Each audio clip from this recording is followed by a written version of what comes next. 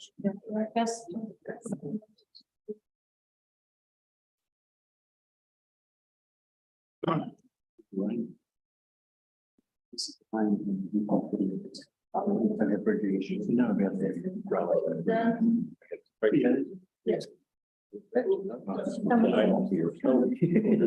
we'll take off the meeting with a karakia for a start. Mate whakarongo, mate kōrero, tātou, mate wārua, mate manaki mai, mate manaki atu, ka puawai, te marapatanga, through listening, through talking,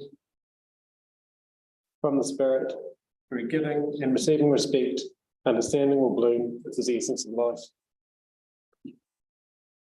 Welcome everybody to a special meeting out back here at Stewart Island. It's been a great day to start with, and thank you to Councillor Scraggan for the tour around the island. It's very good, so it's great to be over on the island, and yeah, it's going to be a pretty short agenda today, but we've done quite a lot of I guess meeting out and about and having a look around as well. So I'll kick off with the standard housekeeping, which is a bit different to chambers. Toilets on the right out there. Evacuation, if we need to, is out that door or out that door. If you're really desperate, out the window, but follow Councillor Scraggan. Out on the bowling green. And out to the bowling green. Should there be an earthquake, drop cover and hold. If we can please turn our phones onto silent mode. And it looks like our IT is working really well. So we've got these proceedings are being recorded for the purpose of live video-based live stream and for downloading. So by remaining in this meeting, you're consenting to being filmed for viewing by the public.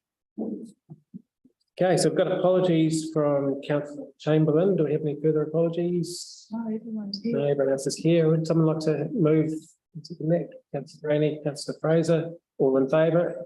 It's carried, thank you. Do we have any further leave of absence? There being none. Do we have any conflict of interest today? There being none, I don't think we have any extraordinary or urgent items.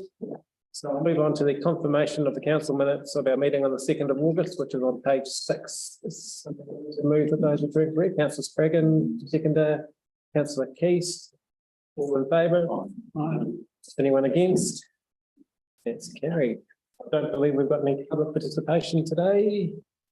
But we have our community update people with it. It's great to have them here. So we've got 5 people to hear from today from the island, starting, and we've got the report opening on page 31 of your agenda, and we've got Bridget Carter up first from Predator Free Rakiura. Welcome, Bridget. Kia ora. I'll start with my mihi, if that's right, and I'll check that the PowerPoint's going okay. Tēnā koutou, tēnā koutou, tēnā koutou katoa. Kiniki ki te iwi kāinga, tēnā koe. Ki te whanau e hui nei, tēnā koutou katoa. Ko Bridget Carter tāko ingoa, he kanahi aho mō Assistant Director, Predator Free Rakiura. And I'm a resident Korakiora Toku Kāinga. I live here and I've been here for about 8 years. So it's a real pleasure to come and talk to you today.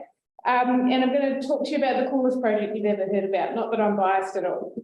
I'm just going to check in to see how that presentation is coming along. One moment, please.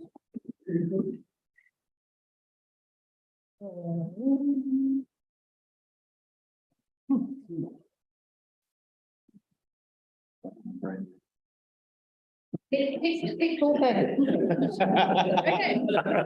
first thing I was going to show you was a really inspirational video, so hold that thought and we'll come back to it. So I'll just give you, I mean, you all know Rakiura. Some of you may be more familiar than others, but I'm just going to give you a bit of a rundown from a predator-free Rakiura perspective. So we're talking about a really big island. We're about 174,000 hectares, so really, really big. And dotted around the island, we've got at least 130 bigger islands and, you know, up to 1,000 little rock stacks. So it's quite complicated in terms of land tenure. 140,000 hectares of that is Rakiura National Park, you'll be aware of that. But a really small resident population, we're around about 400 people. The industries, as you know, fishing, aquaculture, tourism. And we also have quite a big hunting interest. So approximately 3,000 hunters come to the island annually, which is a pretty, you know, when you think about 400 residents, 3,000 hunters, that's quite a large proportion.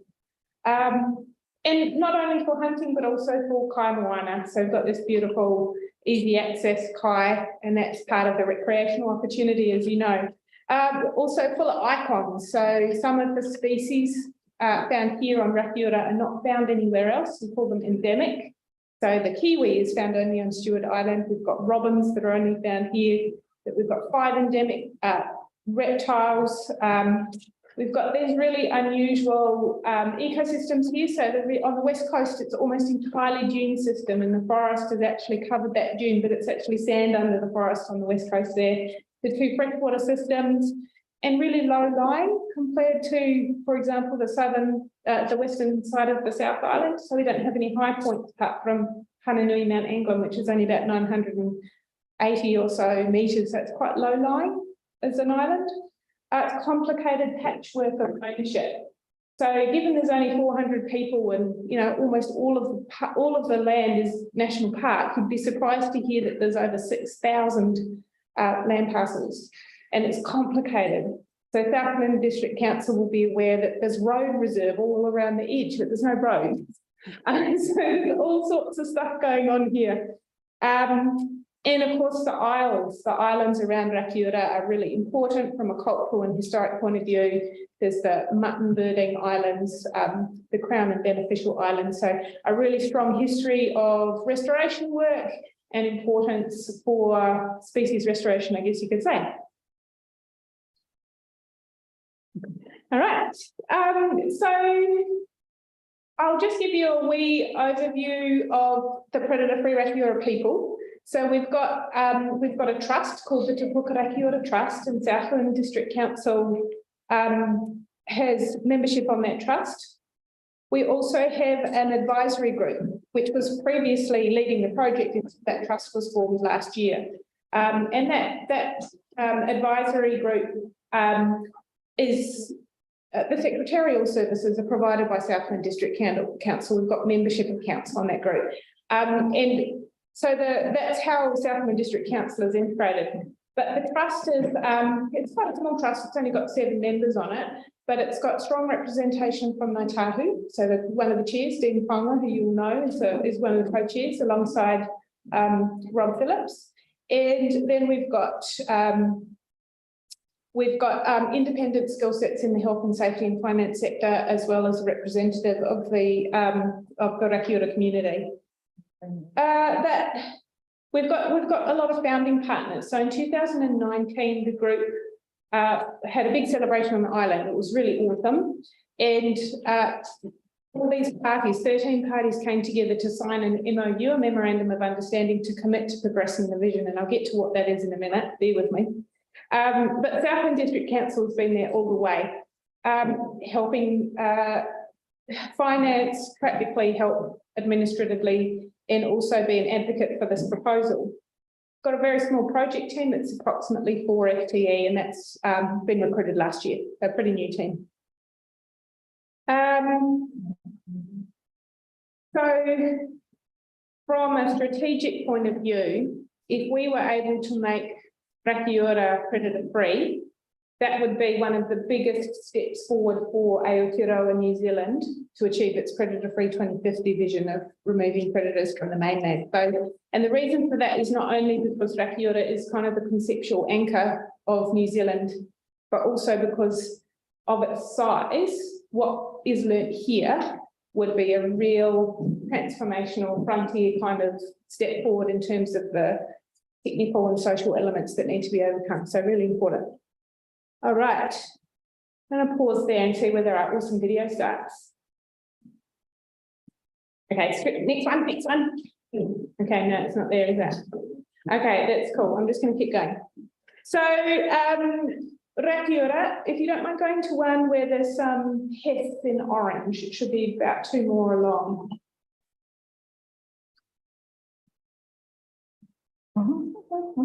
Okay, so So Rakiura is unusual compared, yeah, perfect, that's the one. So Rakiura is unusual, and you probably all know this, but some people don't. So it's unusual in that we don't have pigs, we don't have goats, we don't have rabbits, and we don't have mustelid. So those stoats, weasels, and ferrets are not here on Rakiura.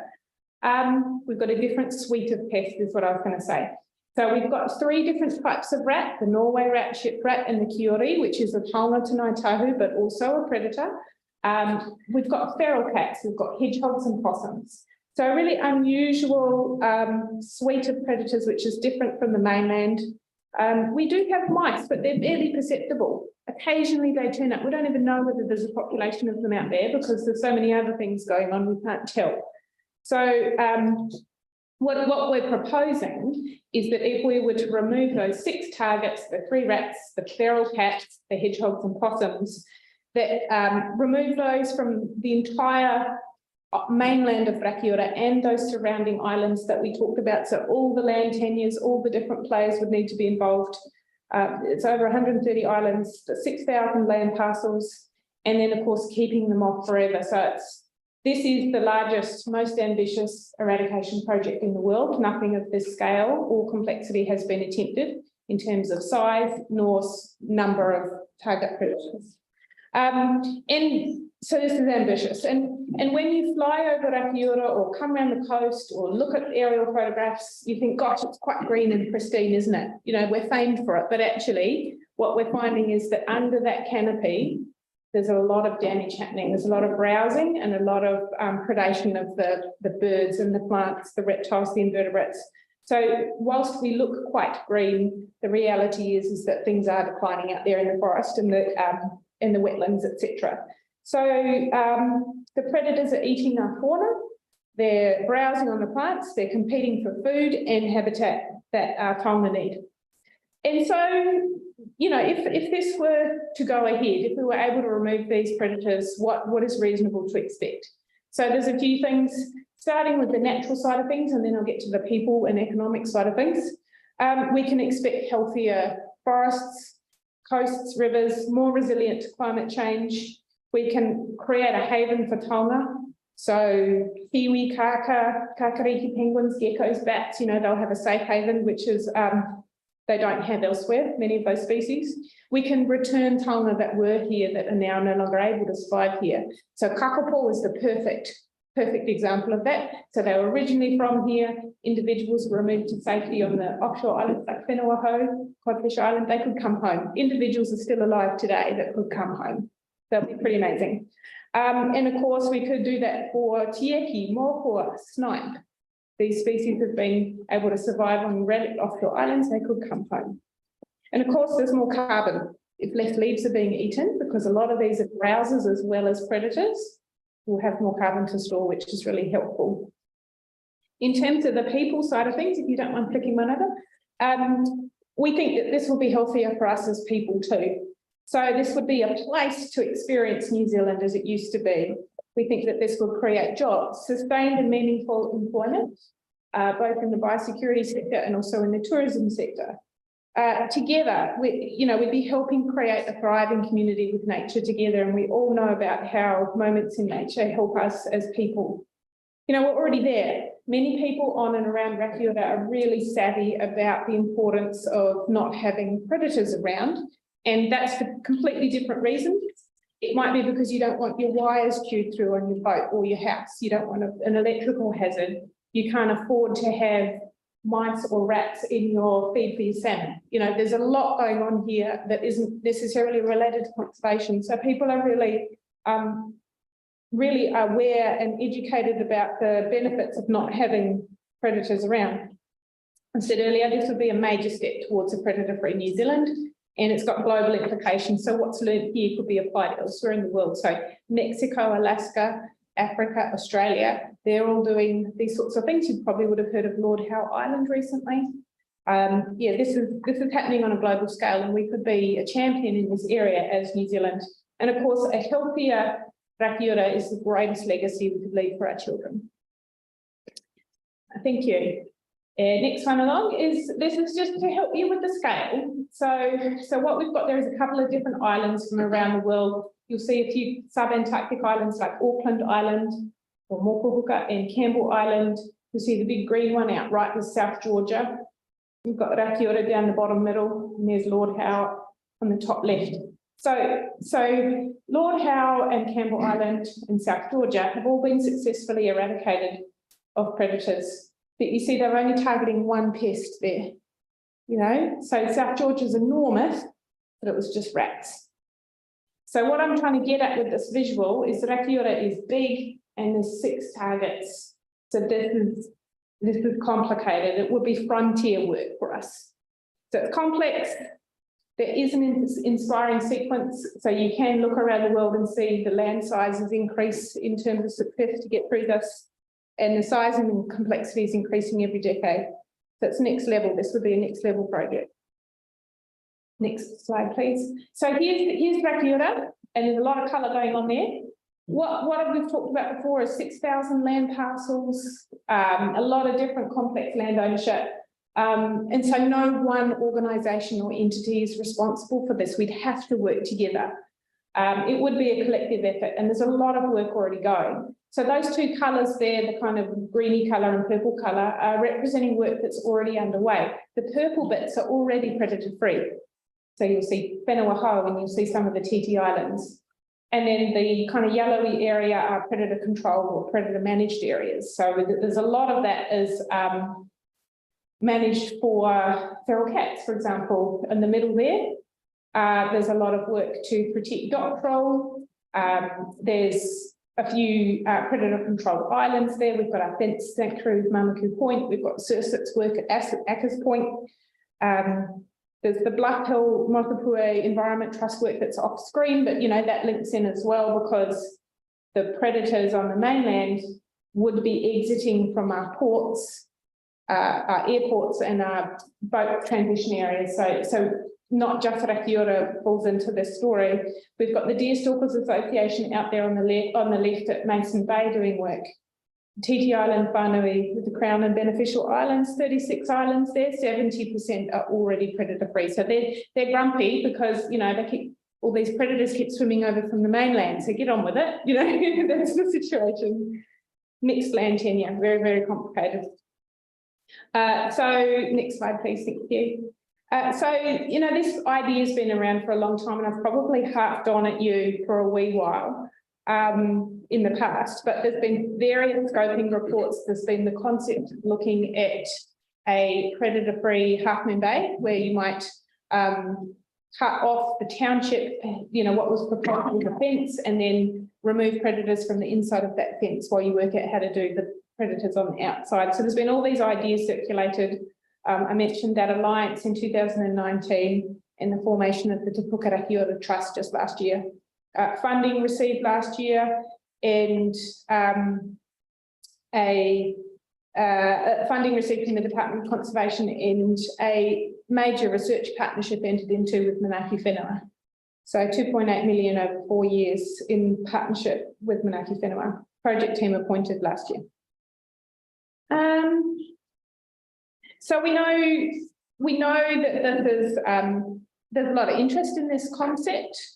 Hasn't really got much further than that, you might say, and part of that is because it's a collaborative effort and to get there requires a lot of funding and time to get there.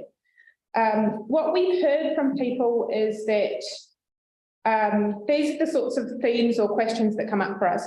How will my lifestyle change? What will it mean for my pets? I'm concerned about the methods, you know, aerial toxin comes up. I'm not quite sure about a fence around the township. I don't like that idea. Who's going to pay for all of this? Will it land on me as the ratepayer, for example? So we know that this is as much a social challenge as a technical one to work through, and only together will we get there. You know, one of the things that people question whether it's a realistic goal or if that kind of level of money is available, and we are talking $80 to $100 million, that's the estimate. If that kind of money is available, why aren't you putting it into power if you've got that pocket? You know, that's the sort of questions and questions we come up with.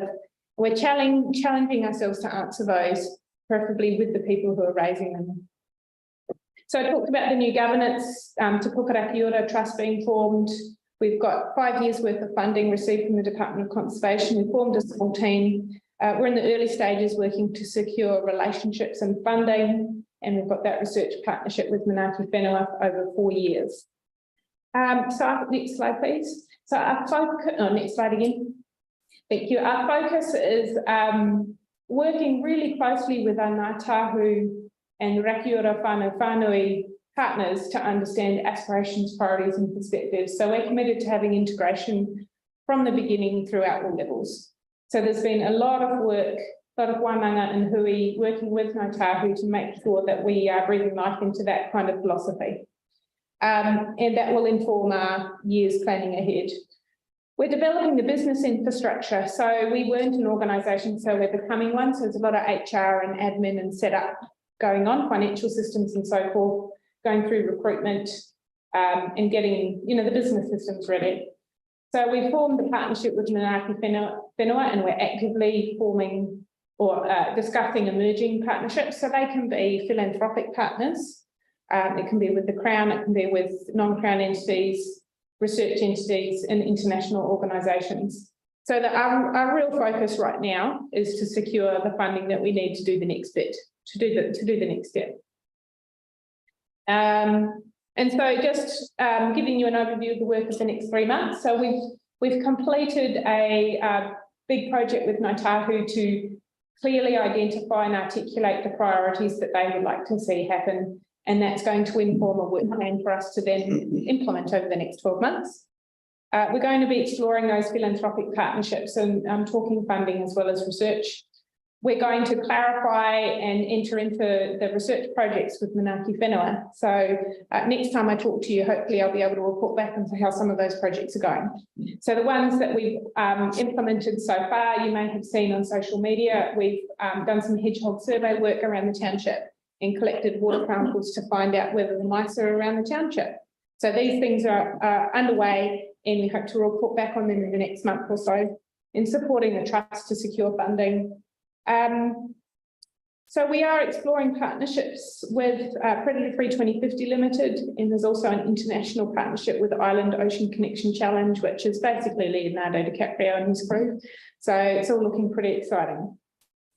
So I guess I'm going to open the floor to questions next, but noting that Southland District Council's long-term planning, the plan's just been completed in 21, so we're out of phase, but we can anticipate that we will need to work with Southland District Council because not only are you a partner, as on the trust and part of this project, a signatory to our MOU, but also as we start to explore the statutory responsibilities around delivery of a project like this, necessarily Southland District Council will probably come into that conversation.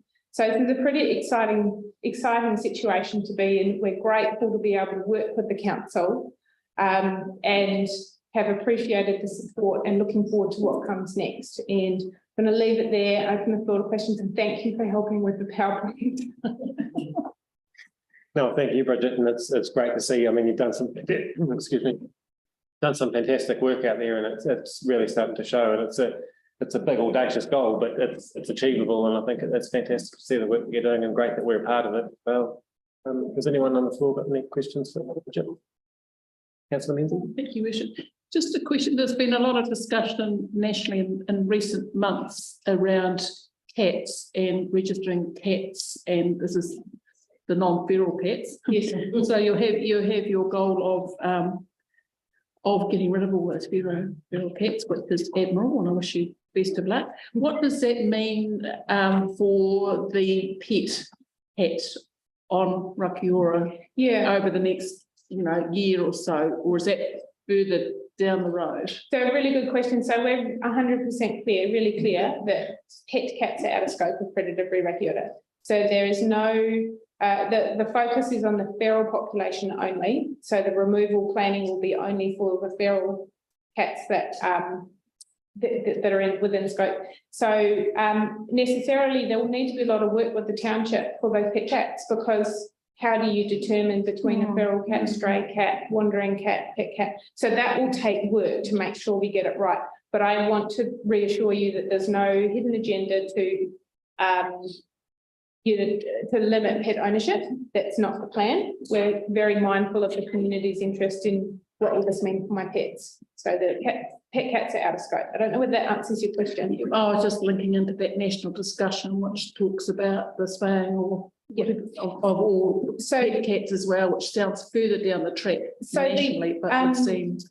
The Environment Southland's Regional Pest Management Plan has rules specific to Rakiura because it's a site within that plan. Rakiura is a site within that plan. And the existing rules are that the pet cats on Rakiura must be desexed and microchipped. That's an existing rule. Oh, okay. So whilst that's an existing rule, it's not an enforced rule, I would say.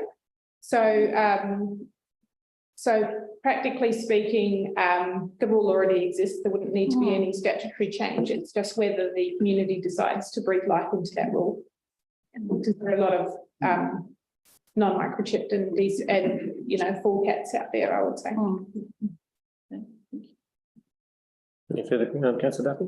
So the feral cats, you'll be killing them, no catch and release and that sort of stuff. The plan is to eradicate them through lethal means. So it's not a rehome scenario. However, what this community requires as a successful solution may look different around the township, where there's a little bit of uncertainty around the cats. We don't know until we get into that side of planning, but certainly for the majority of the project area where they're feral cats, it's a lethal proposal. Nothing further? Three questions.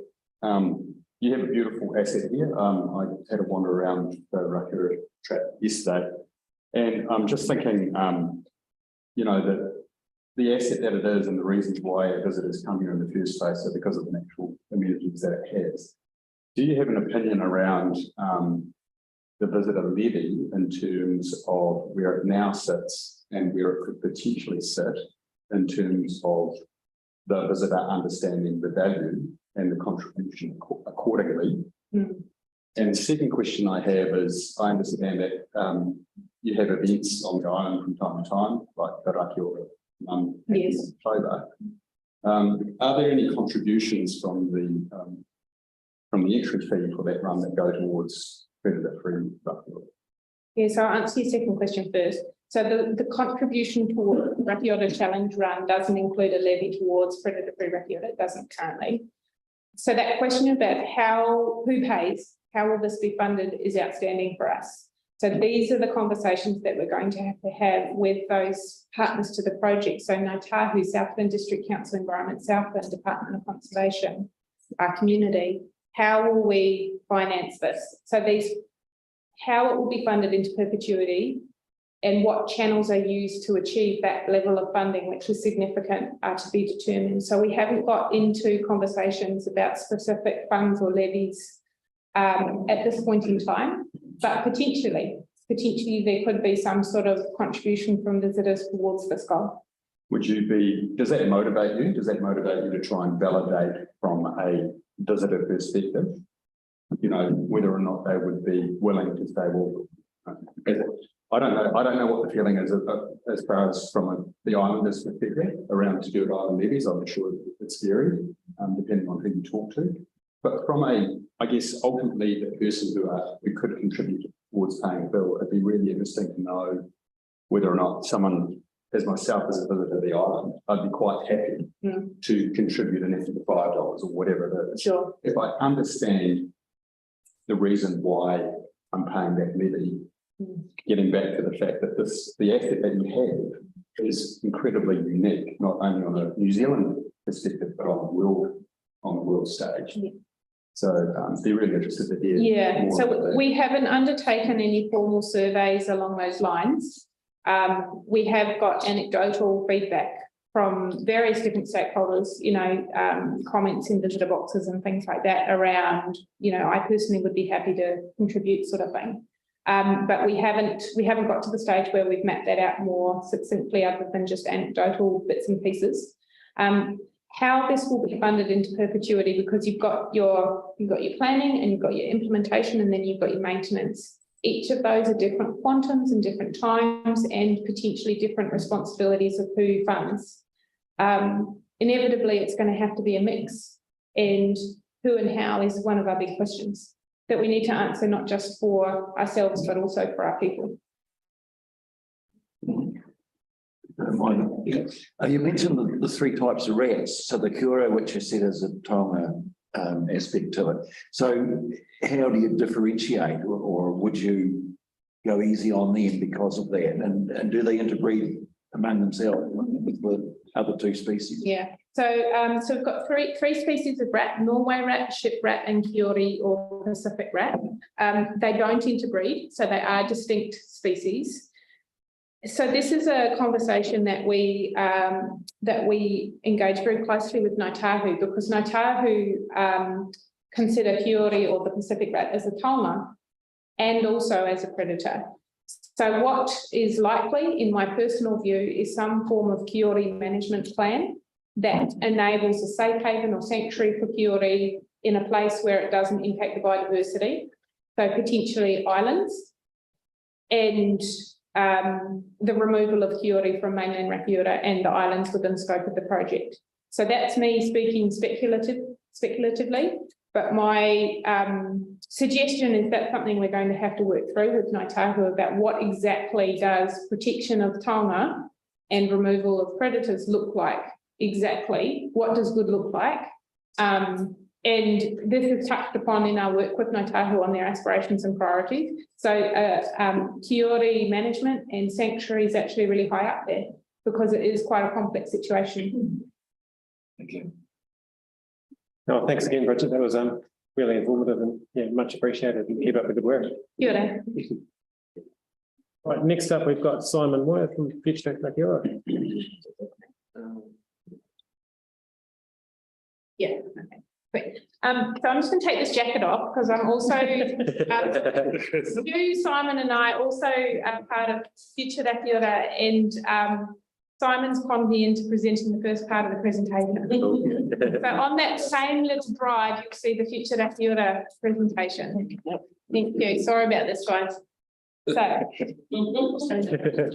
That's what we find in our communities. People wear multiple hats all the time. Okay, we've got a couple of hats on here. We all do on the island. So just kicking off while that comes up, time is of the essence always. So back in 2018, and again, some of you will know this, the Southland District Council and MB, Ministry of Business, Innovation and Employment, joined forces to undertake a community consultation process here on Rakiura to determine short, medium and long-term vision statements for the island and opportunities for sustainability and development into the future. And a couple of the priorities that came out of that consultation process, two of them, one was community leadership capacity and capability, and the second one was future-focused thinking, particularly for economic development, but also environmental sustainability. So that was 2018. And coming out of that survey, there were a couple of opportunities, and one of them was the Southland Leadership Academy.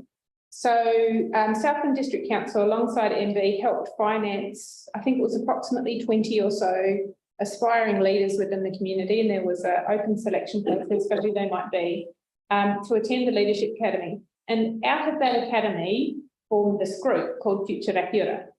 And our vision, if you don't mind clicking along one, is to ensure a bright, sustainable future for Rakiura. And the purpose of the group is to connect and support the community to navigate towards that vision, really. And if you just pop to the next slide. So both yourself, Southland District Council and MB, through the Provincial Growth Fund, were quite keen for the benefits of that academy continuing. There's all the members there, so it's quite a large group, in continuing supporting that thinking and planning, and provided some funding in 2019 to help the group out. So help them develop a plan to help the community take its steps forward. And Southland District Council was the fund holder for that and took responsibility for the delivery of that project. So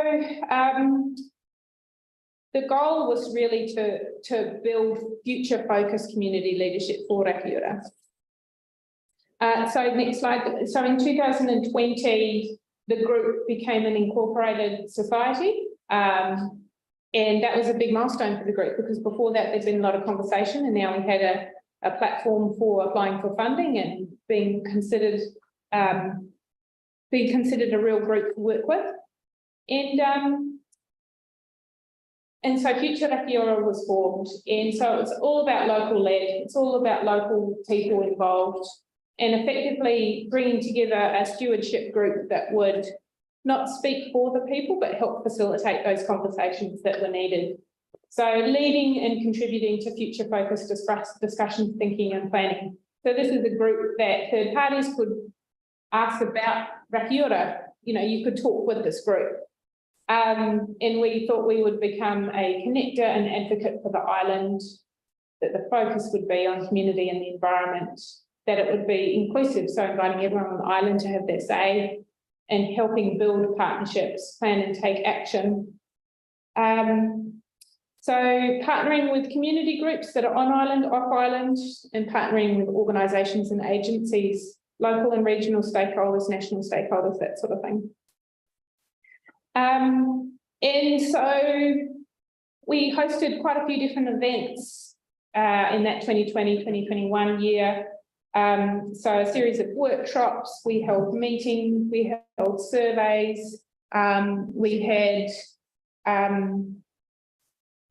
you know, this is the time when we were in lockdown, and so there were questions about sustainable internet use and interconnective, like how do we connect as a community when you can't actually go out and talk to each other when you used to be able to. So a lot of remote survey work, questioning whether your internet connection was going to be adequate. Supporting small businesses, the middle one there is supporting small businesses to go from an idea into a reality, a little workshop hosted on the island. So little bits and pieces, and then lockdown. So it all went a bit quiet there for a wee bit. If you don't mind skipping through the next two. So we had a quiet period and then bounced back pretty quick when we could. So the sorts of things that Future Raki Ora helped support, they either led it themselves or helped happen through facilitation with things like community meetings where you had different community groups or organisations able to speak, hosting a garden tour, helping manage the funds for the emergency helipad, community wellbeing workshops, things like that. So it's quite a varied support role. It depends on what the request is from out in the community. One of the big things that we support with over the years, if you don't mind flicking over to the next one, is Waitangi Day. So we have a Waitangi Hangi here on Raki Ora every year, and Future Raki Ora has been behind that every year that it's been able to run. So this was earlier on this year. You can see the kind of turnout that we're looking at there, which is pretty big when you've only got 400 people. Now we're talking about a quarter of the population plus. Obviously a lot of planning, and we're the fund holder for helping put forward applications, holding funds, and just being a bit of an administrator for the day. And of course, it's more than the hangi; it's the celebration of the day and the alliance and all that goes with it. So that's a really important kind of annual item on our calendar.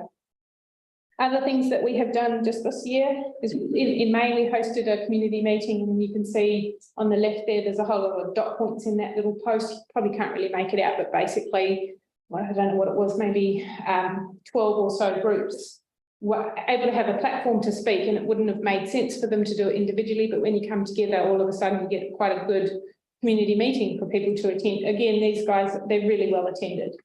And that is in that community meeting is one that we do in partnership with Southland District Council and the Stewart Island Promotions Association. So often we're partnering with another group to get these things done. To start out right, it looks really complicated, but trust me, it's awesome. So this is the Raki Ora community calendar. So we've been talking about this for a couple of years. If you don't mind clicking that link down the bottom, that should be a live link. So it takes you to a live calendar, and what it does is it just shows you visually or in list form what's on for the month or the year. And so you can see that you're going to go to your card game or your search and rescue AGM or your Future Raki Ora meeting, or that the toy library is open, or that there's a first aid course, or that there's a community planting day. This week it's pretty busy down the bottom there. You can see it's conservation week, so there's activities on every day. So the idea being not only can locals see what's happening, because word of mouth isn't the most efficient way sometimes, but visitors to the island will be able to access this link and plan activities around it as well. It's also going to be quite helpful when it's better populated. So this is quite new. It's only come up in the last couple of months. So we're going to be able to put the cruise ship link, days in there when there are different activities that are helpful for a visitor or an agency, for example, to know about. You can tell whether there's already 3 things on Tuesday the 17th before you book a meeting, for example. So this should be quite helpful for council as well. So if that link's not working, that's fine. So where to from here? Where to from here is really, we've been supported the entire way by Southland District Council, including financially. That will probably continue because it's been awesome working with you. What that looks like, we haven't quite framed up because we, even though we've been around for a couple of years, we are still emerging. We've had a few changing faces, and COVID really did change our ability to interconnect. But we're coming back out strong, and we've got an idea for what we might do next together, which is where I pass on to Simon.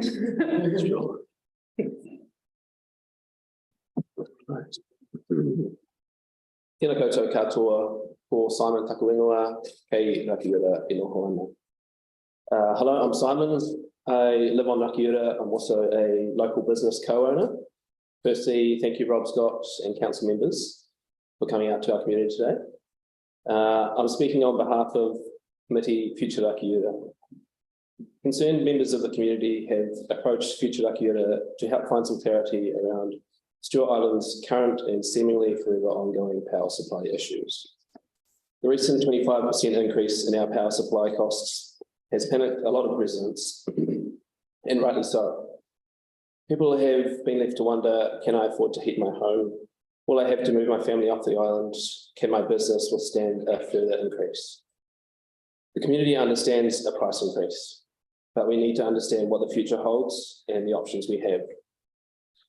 Currently, there are a lot of residents trying to install solar as fast as they can, with solar installers coming to the island giving free quotes.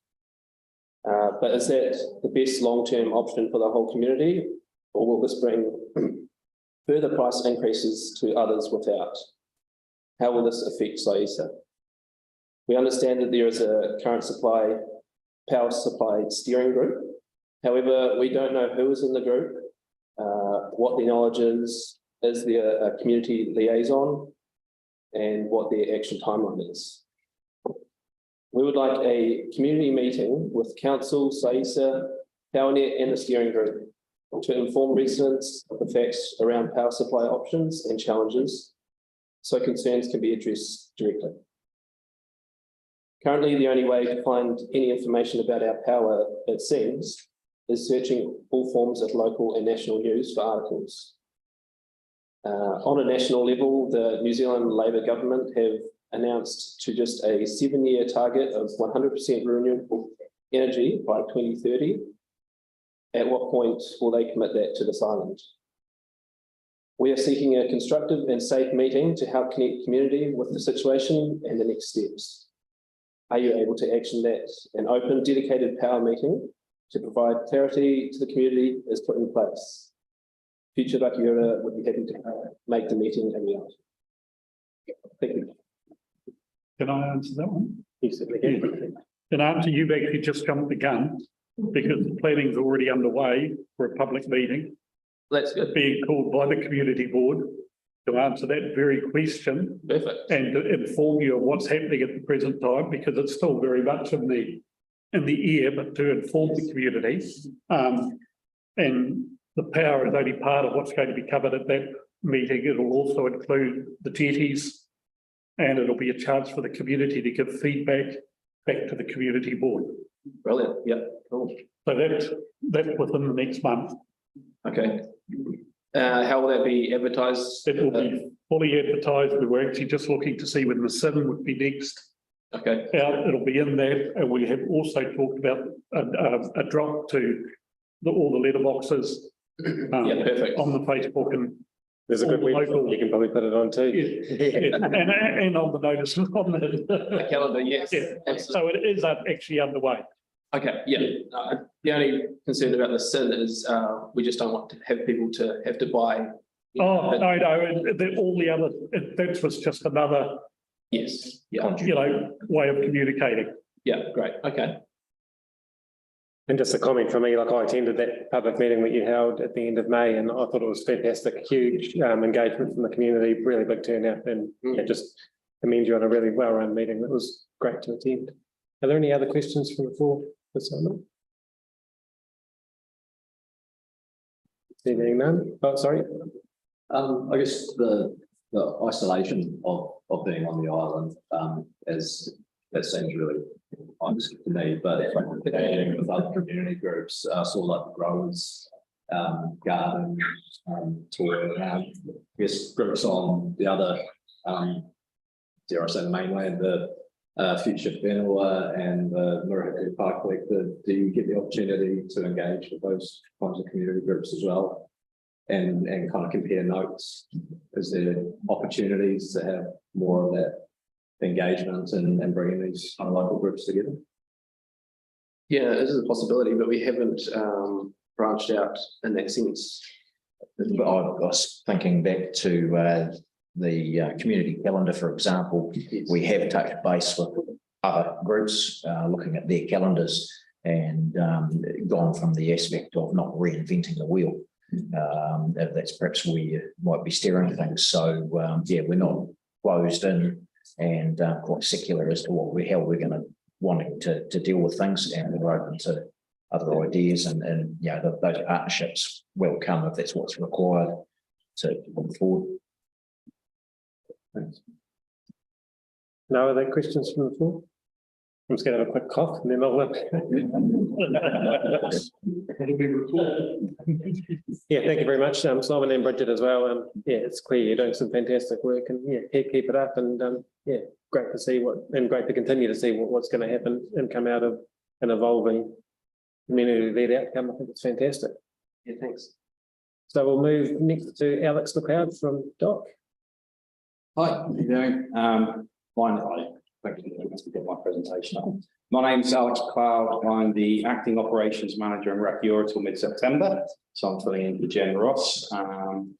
So really just here to give you guys an update as to what's going on, basically. So it's been a big week. And as of about an hour ago, we just finished our second drop on Ulver Island for eradication of Norway rat. So it's gone successfully, and it all links up with the predator-free stuff that my friend over there, Bridget, was talking about. So really successful. We've got 2 drops down, 3 tons in total over the island. The photo there is a good one from this morning, from lunchtime today, actually, from Mission Control. So you can see the guys there who are checking the bait that's going in, putting the bait in. You've got quarantine areas, and you've also got GIS live through the helicopter into the machine, into the laptop, seeing exactly where we're going. So it's like ploughing a field. So that was completed today about 2 o'clock. So good weather until about 15 minutes ago, but that's fine because the bait is down. So that means it's effective. And we've got to get it right. We've sunk around $250,000 into this job. So it's a big thing to do. So hopefully it's gone well. It has gone well from a safety perspective, but the important thing now is the paths, the infrastructure and beach cleanups ongoing. We've bait that may have gone onto the beach. There's fishing restrictions in place as well, and an ongoing monitoring program over the next few weeks and months to see if there's any impact of bradipicum and fish, etc. So a job well done, but we move on to holding the gains, which is again further investment in biosecurity. It's not cheap. So we put in more traps, more monitoring, more quarantine, and we've actually employed, or are employing, a dedicated Ulver ranger for a 2-year fixed period to really stay on top of these things, so we don't have to reinvest in these operations. This operation was done by our national eradication team, who are a national team who come around and do these jobs. So they've done a great job, and that's a success. So that's Norway rats. We could move on to the next slide, Fiona, thank you. Observation rock platform, update on this one. The site was blessed 3 weeks ago, which is good. Construction commenced about 5 weeks ago now, 6 weeks ago. There have been some slight delays, due to weather and also due to drilling, where the technical expert and the project lead were trying to work out where the rock was in the rock, basically. So, but fortunately, as of last week, after quite a few attempts, they've got some very secure footings in place. We'll be pleased to hear. So found decent rock, got in, and we're ready to concrete pour imminently. So it's good news. So we're looking maybe mid-September for completion, which is exciting. And as I mentioned at the community meeting the other day, the site is closed. It's an active construction site. So there's hazards there present as well as CCTV. So that's ongoing, and I think the final product will be great. Obs Rock.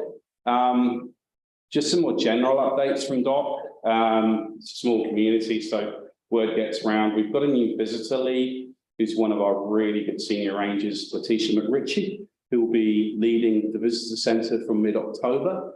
So we'll have a little bit more consistency in opening hours, because staffing has been an issue in the past. We've just got to backfill some of her work at the moment. In terms of the Great Walk and visitor numbers, we're near capacity. Visitors are on the up, which is hardly a surprise given the events of the last couple of years, and that is good news. And hunting bookings are well up as well. So all systems go there. We're also working along Rekiura Hunting Camps Charitable Trust to review hunting policies, and there might be some tweaks to the current permits that we've got, so we're working with people there to fix it up. Big news, toilet on Olver, so people will be waiting for a long time, but there's another one there. So that's good, and a good job to get knocked off, particularly with projected visitor numbers coming up and talks of cruise ships, etc. So allowing good facilities at visitors is ever so important to complement the infrastructure. Due to, I'll come to a slide in a bit, we do have more people coming into the team for some seasonal work and things like that. So there may be implications on our part of our visitor centre being temporarily closed, simply to get people in. So we're going to see how we manage that as we move forward. So just a heads up there. So we're trying not to, but we've got to come up with a smart way with hot desks, etc. A little bit more predator-free stuff. Talking of feral cats, we did a toxic sausage bait trial the other day, which was very successful. So some good work ongoing there, and that's key to protecting some of our key species, particularly doctrine at the moment. We've got school talks booked for spring, and we're in the midst of Conservation Week as well as a bait drop. So it's been extraordinarily busy this week, but we've had a beach clean. We've been working with the local school as well, and rugrats. And there's planting activities as well that's been happening. So all in all, we're all ramping up there. On to the next slide, Piano. So yeah, we've some good news. We've got standard seasonal roles coming in. So we've got 2 Dunes Rangers coming in for Mason Bay. That's being funded again, which is good.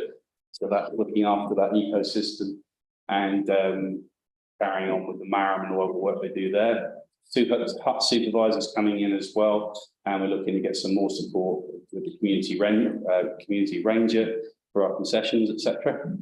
As I mentioned earlier, we've got a fixed term 2-year, which is a win, and that's for the Olver biosecurity. So we're actively employing there as well, and just normal vacancies. We've got a lead ranger for boats who's joining us in September, which will take the pressure off my leadership team, and yeah, we're going to refill the senior ranger community role as well. So busy.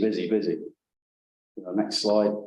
Some successes. One of our rangers, Daniel Cocker, sorry for the size of the text there, was flown up to Wellington to receive the Urungi Award, which is a star associated with the winds. And that's for his work with doctorals in the high country. He's done some extraordinary work, and quite a young man as well. So he's an example to us all and got that National Doc Award. So we're really quite pleased about that. And Daniel's he's a lovely fella. So if you see him around, congratulate him. So it's good work. And Fred Dobbins, who many of you probably know, was on the TV last month. And that was a real shot in the arm for the team.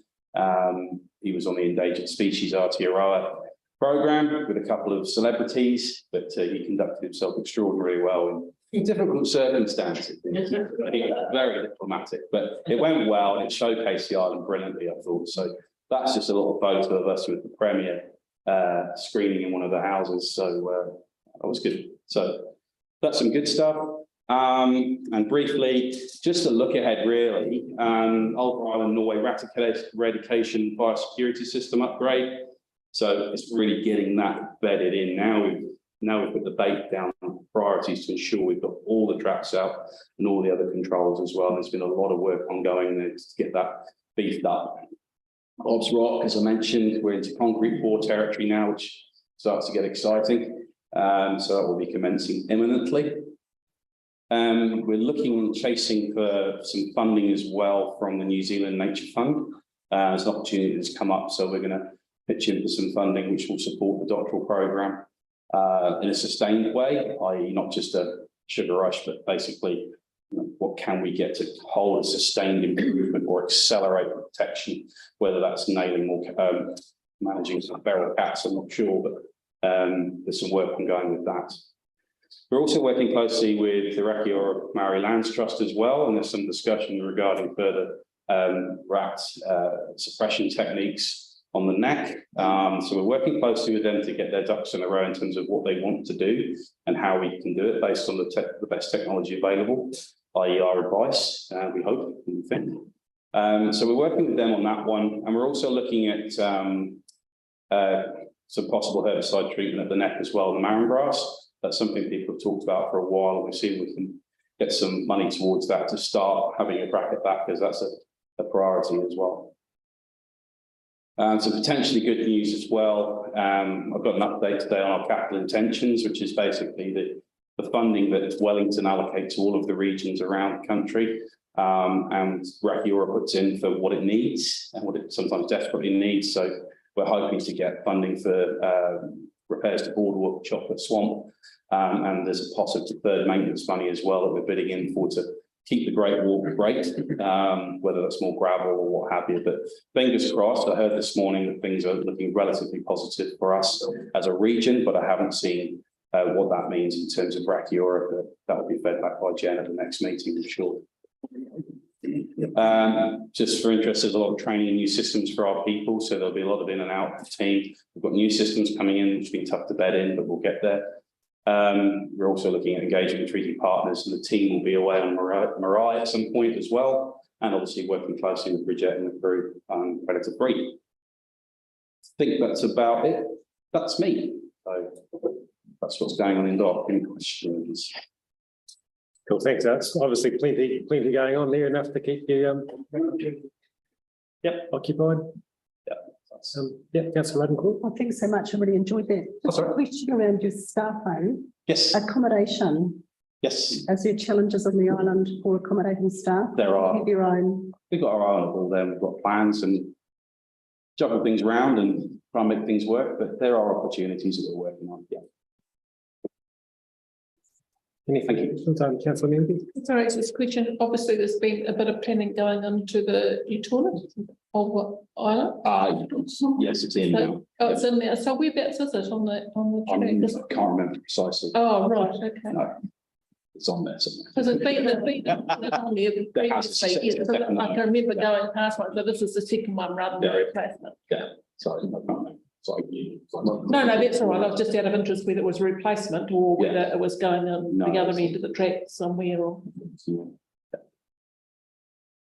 Oh, yeah, through you, your worship. This is a bit random, but it was just an observation that I made yesterday on the island. And I think it comes under dock, but on the Rakiora track, you've got your wooden steps dotted all around the track. And water's pooling in each step. I just wondered if there was some sort of practical way that you could reduce that pooling by notching out the centre of each of the steps, so that when the water pools, it has a way of Yeah. Do you know what I mean? My normal job is the planning manager, where we look after the infrastructure around the region. We have inspectors going out and checking these things and identifying exactly where these faults occur. So what they'll do on the next walk around, if there's flooding there or pooling there, they'll notice that. But that's a technique that they would probably consider, the inspectors, and they'd make that suggestion then to the rec team here, who would then maybe go and consider that. I'm not sure the ins and outs of it. I'll be nervous about drilling into wood. I'm not suggesting it. It's just, I was thinking about it, I was like, how do we get rid of this? I think they tend to infill, Right. rather than grit and what have you, so you get the gradient right. But no expert. But that's good. No, thank you. That will get picked up on annual inspections. You didn't make that from observation, rock? Pardon me? You didn't make that observation from observation, rock? Yeah. No. Okay, great. Right, there's no, councillor Wilson? Be aware, like active tourism operators, if there's the same concessionaires currently operating. From pre-COVID. Not the detail, but what I do know, there's things like a lot of cruise ship interest, which we're trying to work through, and that's the big stuff. So there's quite a lot of new concessions. I couldn't say, but I know there's a lot of activity, whether that's new pre-COVID or new more post-COVID. I wouldn't have my finger on that analysis, I'm afraid. Good, thanks. Cool. Well, looks like there's no further questions, so thank you very much for that, Alex, much appreciated. And next up, we've got Constable Stu. Excellent. It's not working. Sorry, my apologies. I'm Stuart Newton, Senior Constable here on Stewart Island. Been here for 4 years now and been in the police for 14, just as a bit of background, and been based in Invercargill. My great-grandparents have got a couple of plots of land just up at Martha Road, which is the local cemetery. No worries. I appreciate you all have had a look at it today, and I apologise for my appearance. I've been down at the emergency helipad working with Sursit and the local school. I've had a few of the senior students down. We've just been doing a wee bit of planting around the steeper edge of the helipads to reduce the risk for the lawn mowing maintenance that needs to be undertaken there. And hopefully when things get resolved as far as the drainage is concerned, we can finish that off as well. And as time goes by, the grass will come in along with the plants that are low growing and spread out along the area. We'll hold it all together. But I want to talk to you, it's great having this Golden Bay Wharf stand thing over here, and I might just head over there and use it, so enjoy your attention. This gives us a great picture. Now, prior to me arriving here on the island to fill the full-time role, I was aware of about the one-way system, utilising Leonard Street and Excelsior Road. Here, it's in 7-5. And we're talking about a piece of road here. Basically it's a blind corner as you're coming together, and it's quite steep as you're coming down Excelsior onto the road extension, and you're basically just below the observation rock area. There was support, if I remember correctly, in the plans of making the likes of Hugh Street and Dundee Street one way also to complement them as well. And my thought, even though that would potentially affect myself, police station, that theoretically only a one-way running anti-clockwise coming off Golden Bay going up and over. And the reason for that is two of us that goes around regularly, and particularly in the summer months would then be on the correct side of the road for accessing Observation Rock, as opposed to having people getting out and having to cross the road, come around to one side of the bus.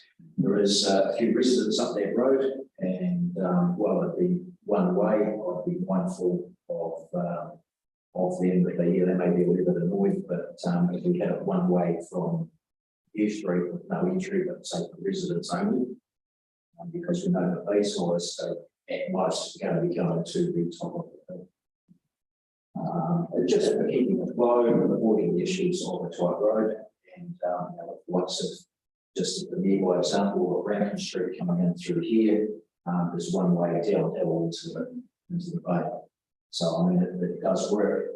Also, keeping this two-way, I'm seeing degradation in our road surfaces and slippage on Dundee Street here between here and Southland, and talking about the degradation of road surfaces over at Longers, where the bluegout trees are, sweeping that way.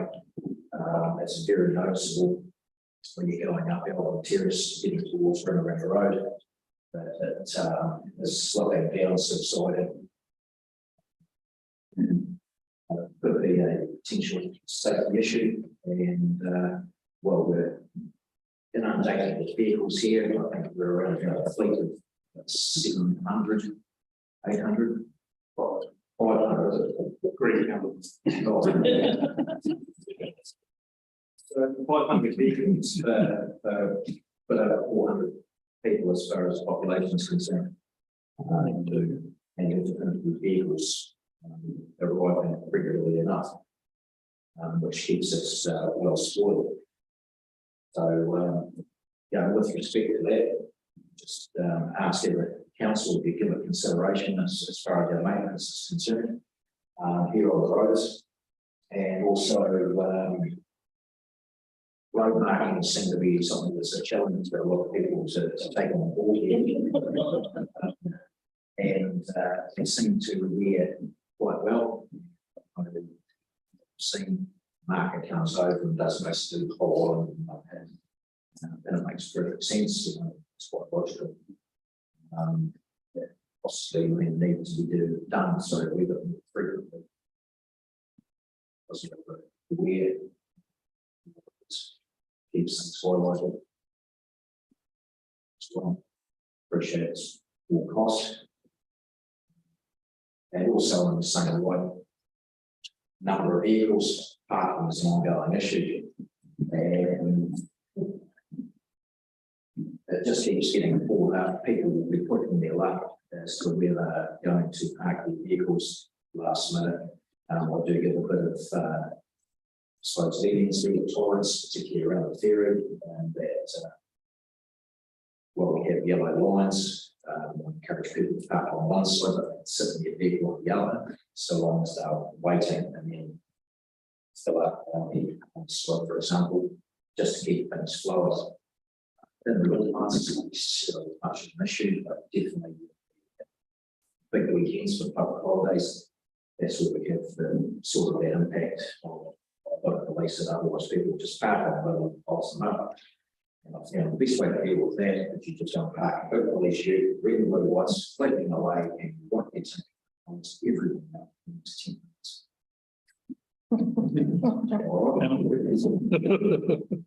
So that gets the message across, first and fairest in front of everybody and sits the time. Now, we are also for the district council, you don't actually have active wardens as such. And I wonder if it could be possibly an opportunity to work in with the likes of the Invercargill City Council, make use of them and have them doing periodic sojourns into the various townships around the province, and sit there and do what they do without any perceived prejudices or anything else like that, which I know I get happened a wee bit here in the smaller community, and I'm mindful of that. So having effectively somebody that would be impartial, no connection, going to be a benefit. And also those funds that are coming in, not just add to the funding, help support the road maintenance, marking with the parking as well. Taking the questions on the parking side of things, right? Yes. That's the one.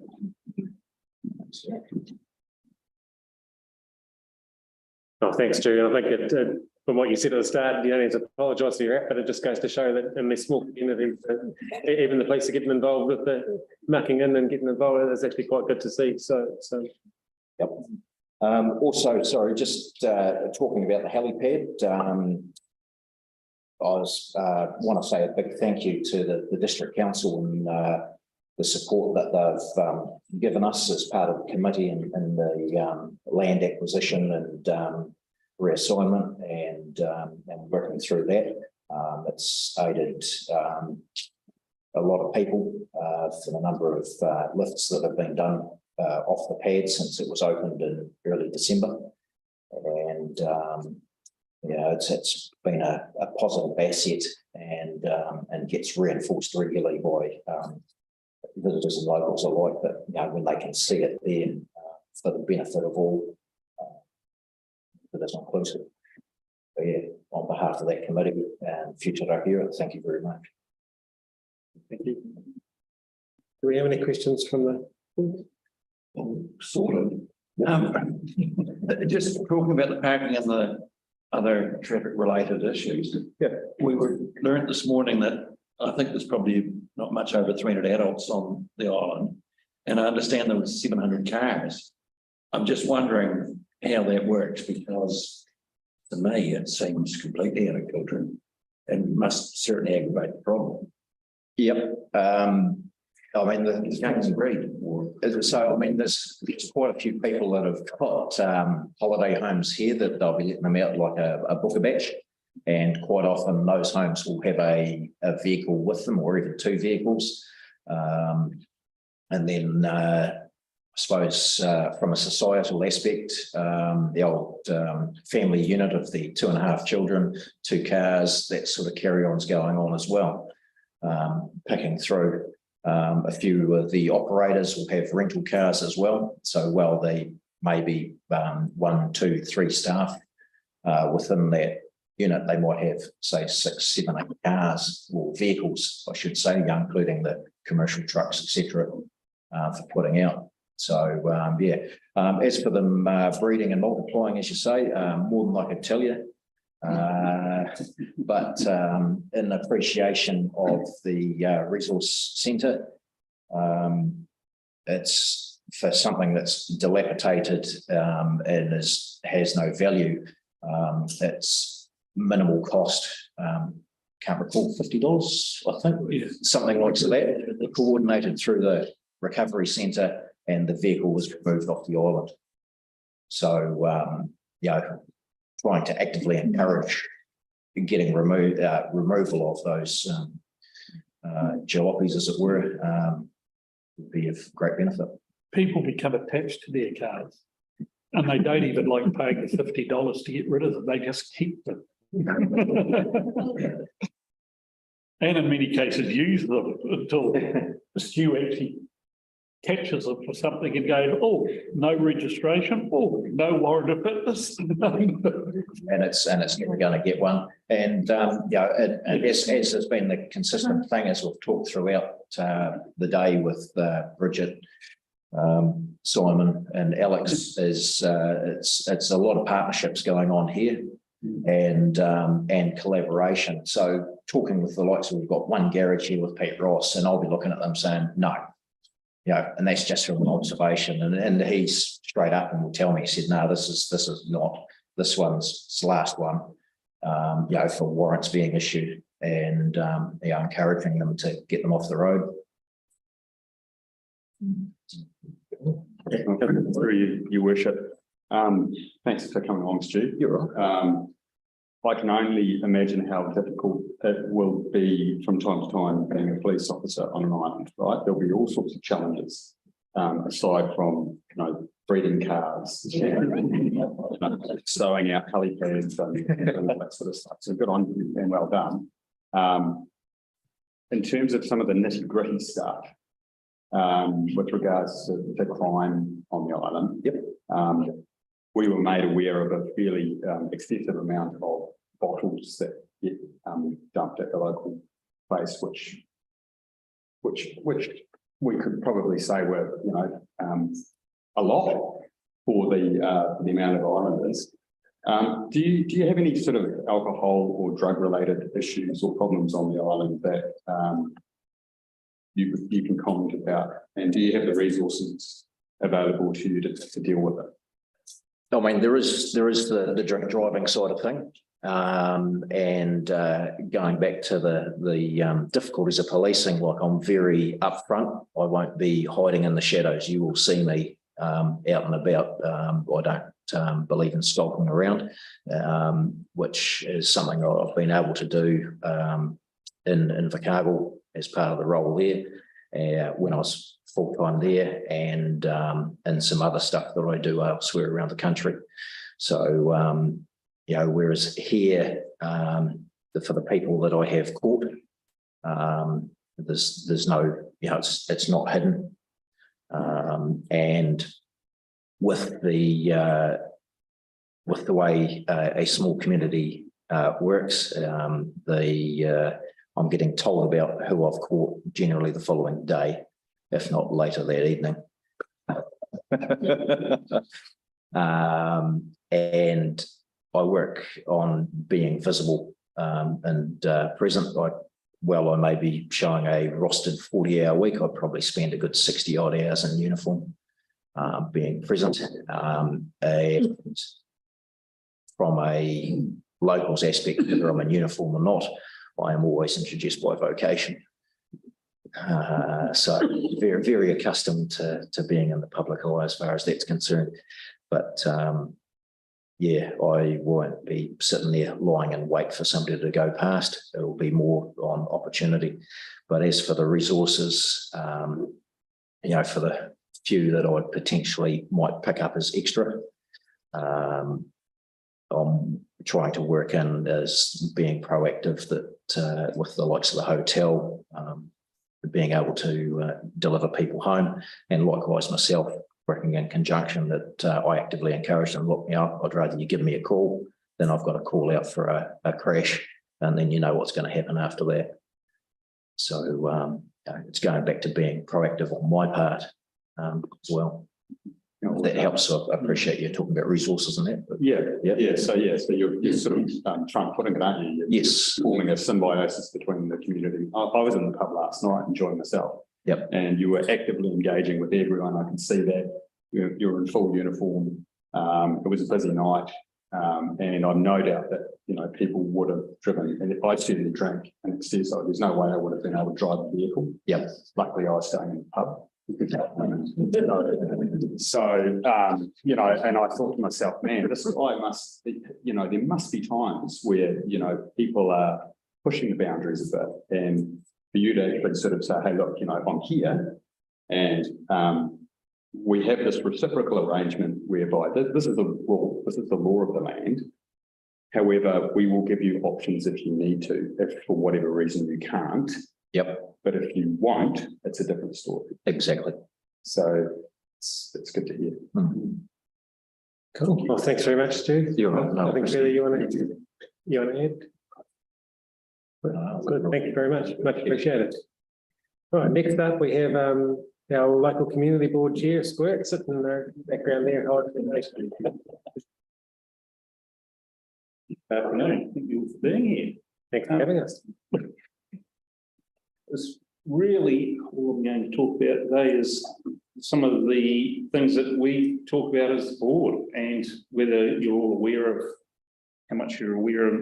I imagine Sprague's told you a lot of the problems today, but a lot of these have been ongoing for a long time, and we'd really like some of them solved to help table, really, because a lot of them are going to be a big expense to not only us, but also to the SDC in general, because a lot of them are eroding related. Please hardly. So I hope you'll have a very careful look at the blue gums today and how much trouble that's potentially going to cause in the near future. It is going to be a very expensive exercise to get rid of those and maintain them. being non-native trees as well. That will come up into some discussions, even though some of them are historic. And how council goes about dealing with those in the near future is going to be a problem. Someone's killed by them. I'm sure Cameron doesn't want that.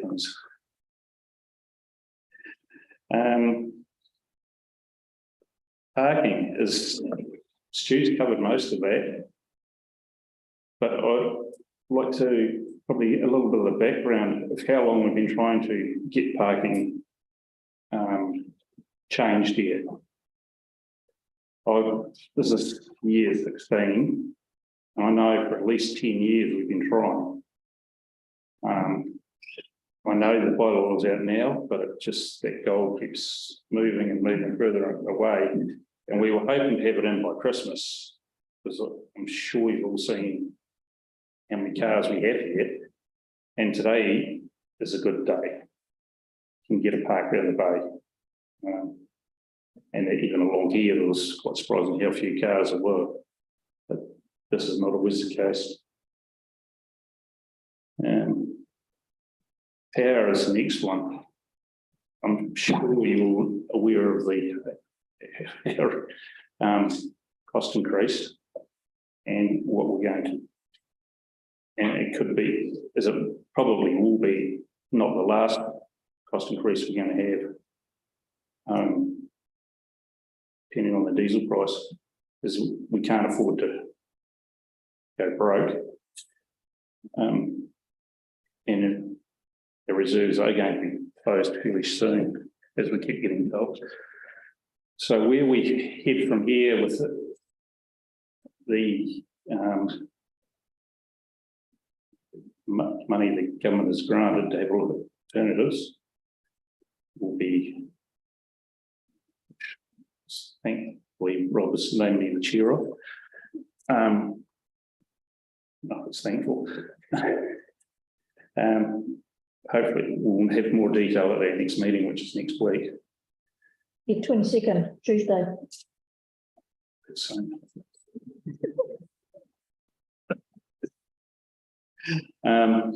But there's also been some discussion about solar in the last week, and was contacted by the we've had locals complained about not paying them for solar installations on their roofs. We have been waiting on staff to give us some direction on what it's actually going to cost.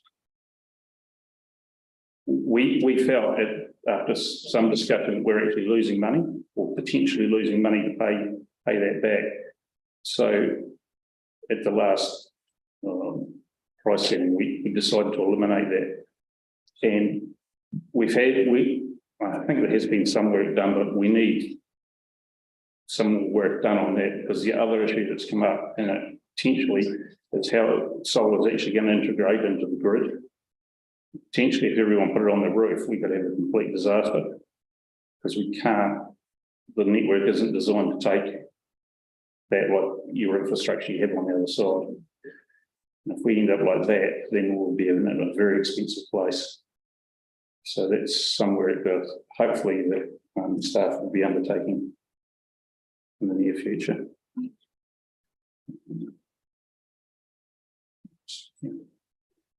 Fuel and Rekiura zone, an ongoing problem that we didn't know much about until it arose after the last district plan came out. It has caused a number of people to either stop their plans or cost them dearly to get resource consents. I know that, and depending on what happens with the government's latest plans for the resource consent, what will actually happen to that, but it has caused probably some development here that we may have needed, well, we do need, and we're not likely to get now because people just put their hands up. It's just that extra layer that was, the community board was never, we were never told about it. So we couldn't even the comment on the last one. The former councillor knew about it, but he never told us, but that is an ongoing thing. The Oval Wharf is, I think you having discussions in your next meetings about its future. I don't know where it stands at the moment, but it'll be a shame not to have one. But we're just hoping that Doc will come to the party somewhere and provide a solution. Because from what I've been told recently, there's no difference from how that goes. And we can't afford as a community to put an asset in going to nowhere. I don't think the council will have any appetite for that either, which is going to impact on our visitors and potentially tourism loss, which will be a right shame. But you can't put money after bad, and fixing the existing wharf is not an option. It is just money going to waste. It is a historic structure that's dilapidated, which I think you're all going to see tomorrow. So, yes, we got recycling. Did you all go and have a tour of that today? Yes, they've been to both facilities. So that is another ongoing problem we've had for a long time. So hopefully we can work through that with the council to get it much more sustainable and functioning facility that it isn't, well, it doesn't appear to be at the moment. It seems a shame that it's how it's historically got to this point, but it is what it is. And so hopefully we can work through that and have a more sustainable solution for the island. It just seems all waste. The road slips, I hope that was another one that's been ongoing for a number of years, that hopefully we'll get something done in the near future before it starts sealing. Some of them are getting quite bad and a bit of discussion, but that's probably another 4 or 5 year thing that's been going on. Especially with Golden Bay coming up, which we're looking forward to getting, hopefully getting some money and getting that underway, because it looks like it will solve quite a lot of their problems in that congested area over there. It's going to be a good project to get onto. What else? Airbnbs and other, mentioned earlier, that is one of the housing, staff housing here is very hard to get hold of for everyone. There is a few people that rent them out, but a lot of the properties will only rent them long term, short term. And to get here, just to get staff accommodation or encourage businesses is a right problem. And some of the stuff that does get rented out, quite frankly, you wouldn't put your dog in it, but that's what it is. We have been asking for a number of years whether the council would be interested in a review. Whether that happens in your term, I don't know, but I would like to think that from your table, you could look further into that, because I know it's not only here in town and everywhere, it is a major problem. Even if they were just some of the places that were advertised, which could just be that, especially the larger ones, have gotten no fire permits, no nothing, and they're rented out 20, 25 people sort of occupied. I don't think that's right, and I don't know quite where you go with that, but it was something we'd like to be addressed. Yes, we got. Internet, so it come out in the latest board meeting and a report that our internet is we have a limited amount of it. We have talked with Chorus in the past, they had no interest in spending any money. They were getting quoted 450K to upgrade. And they had basically no appetite for it. It would be up to the providers, but it does limit some of the things we can do here. Have you got fibre? Yeah. No. Only from the tower to the school. But, though a lot of people are now going on to Mr. Musk, just it is solving some of the businesses virtually had to get any connectivity, but as soon as the cruise ships come in, internet TV is just a waste of time. It just drops out. So there's that.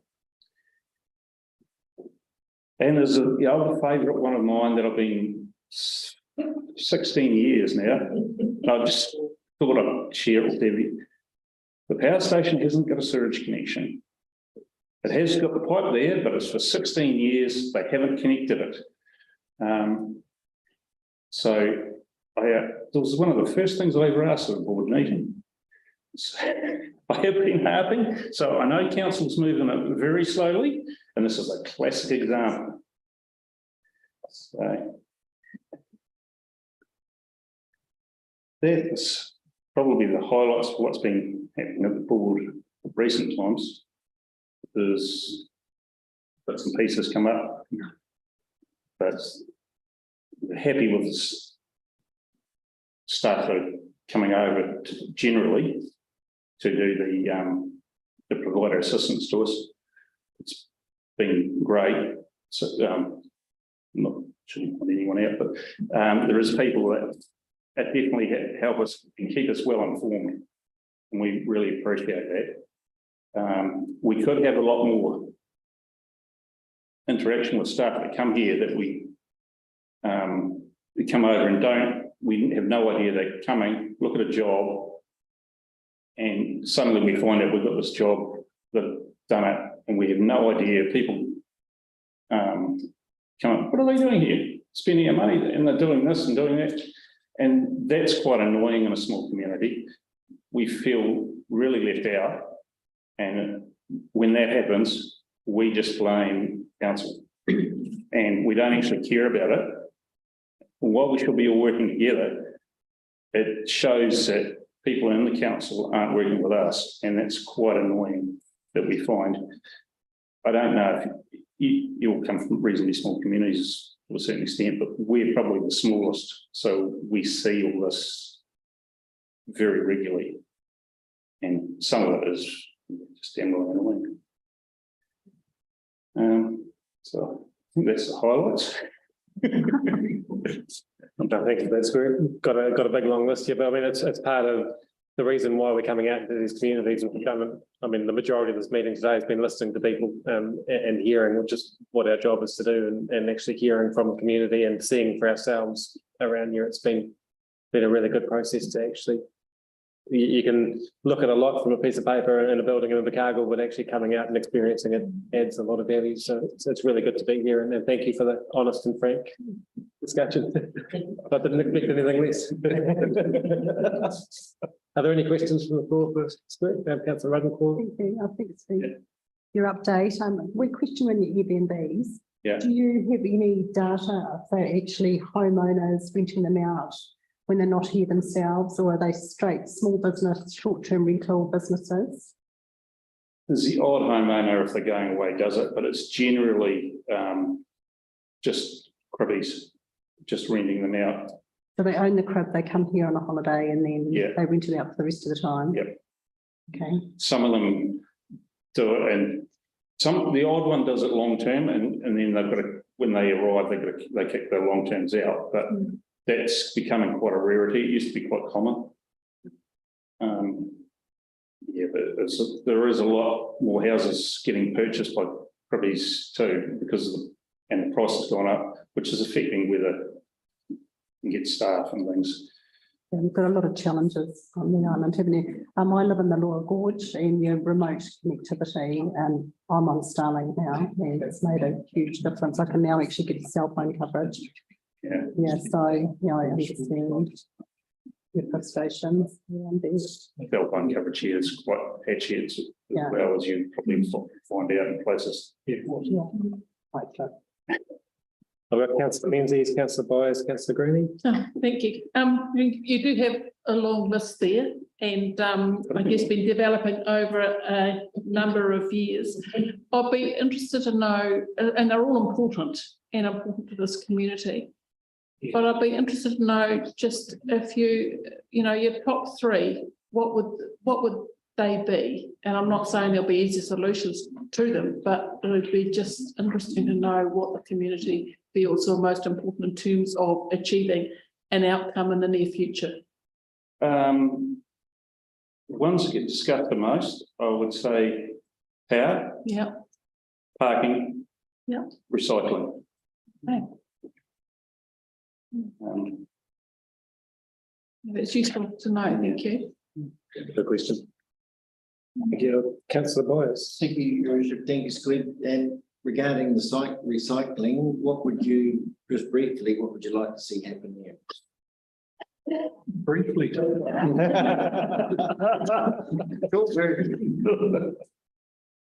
It really needs a reorganisation, top down.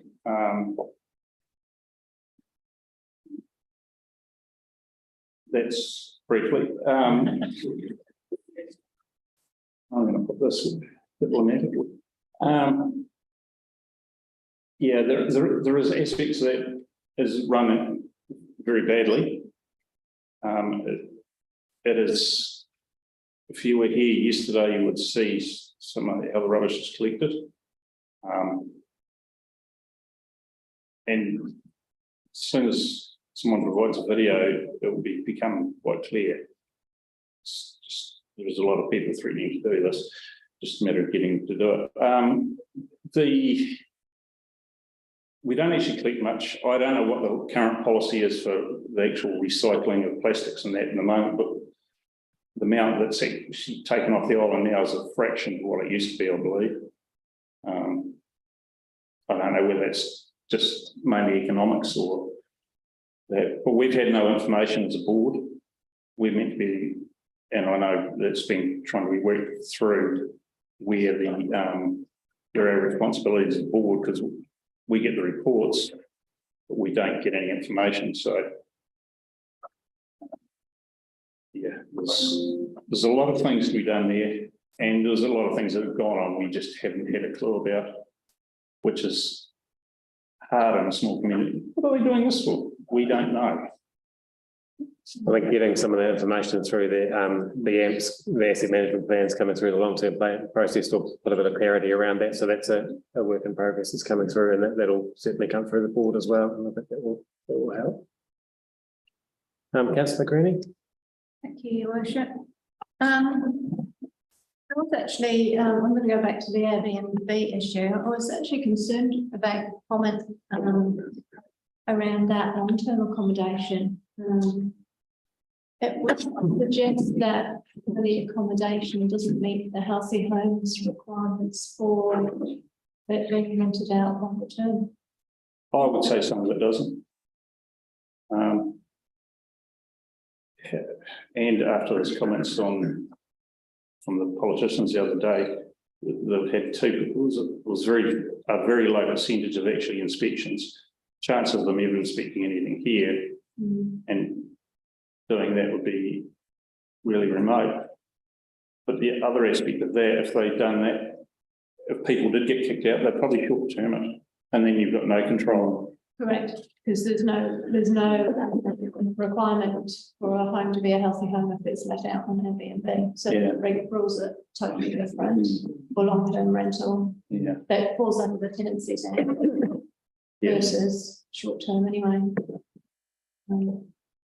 But yeah, that was I mean, I'm from a Tiana perspective, I totally understand your position, but we exactly the same boat, with, 12% of our properties in that short-term rental market compared to 2% around Southland. So, it's a massive issue for us as well.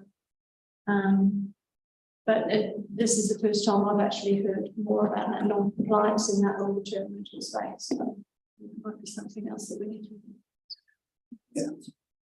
Whether in some of the ones that houses have been consented, probably in the last 20 years that still don't meet it. How much has actually ever followed up? I know the consent and it signed off, job done, knowing the lack of following up. Where that falls, who that's under. Yeah, it's a challenge across the district and particularly in town now. We're actually discussing it on the boat on the way over this very thing. So it's a hot topic at the moment that is being discussed. So, and yeah, there'll be the hot zones in the district with Rakiura and Fiordland being the two with that tourism activity and that demand driving a lot of that as well. And I think on top of that, the predictions for tourism for the country rising from that 66% that somebody quoted earlier, is predicted to be at 85% this year. So being able to be prepared to be in that space would be a challenge. Oh, thanks very much. Oh, sorry, Councillor Duffy. Just your comments around the Fiordland regular zone. I was involved in that and we tried to sort of be permissive, but I'm disappointed to hear that the community board didn't get circulated. I remember a number of Stewart Island people did come and submit, and I can't recall whether changes were made on the basis of those submissions or not. But I know we tried to circulate people to their individual mailboxes that perhaps the community wanted overlooked. It didn't get, we done a bit of hunting into that. It definitely, we did do a bit of hunting into that, Right. and we basically established there was some people that I think they had submitted the first plan. Was about 4 of them, I think. They got to submit on it, and but they were sort of part of more elderly people that never.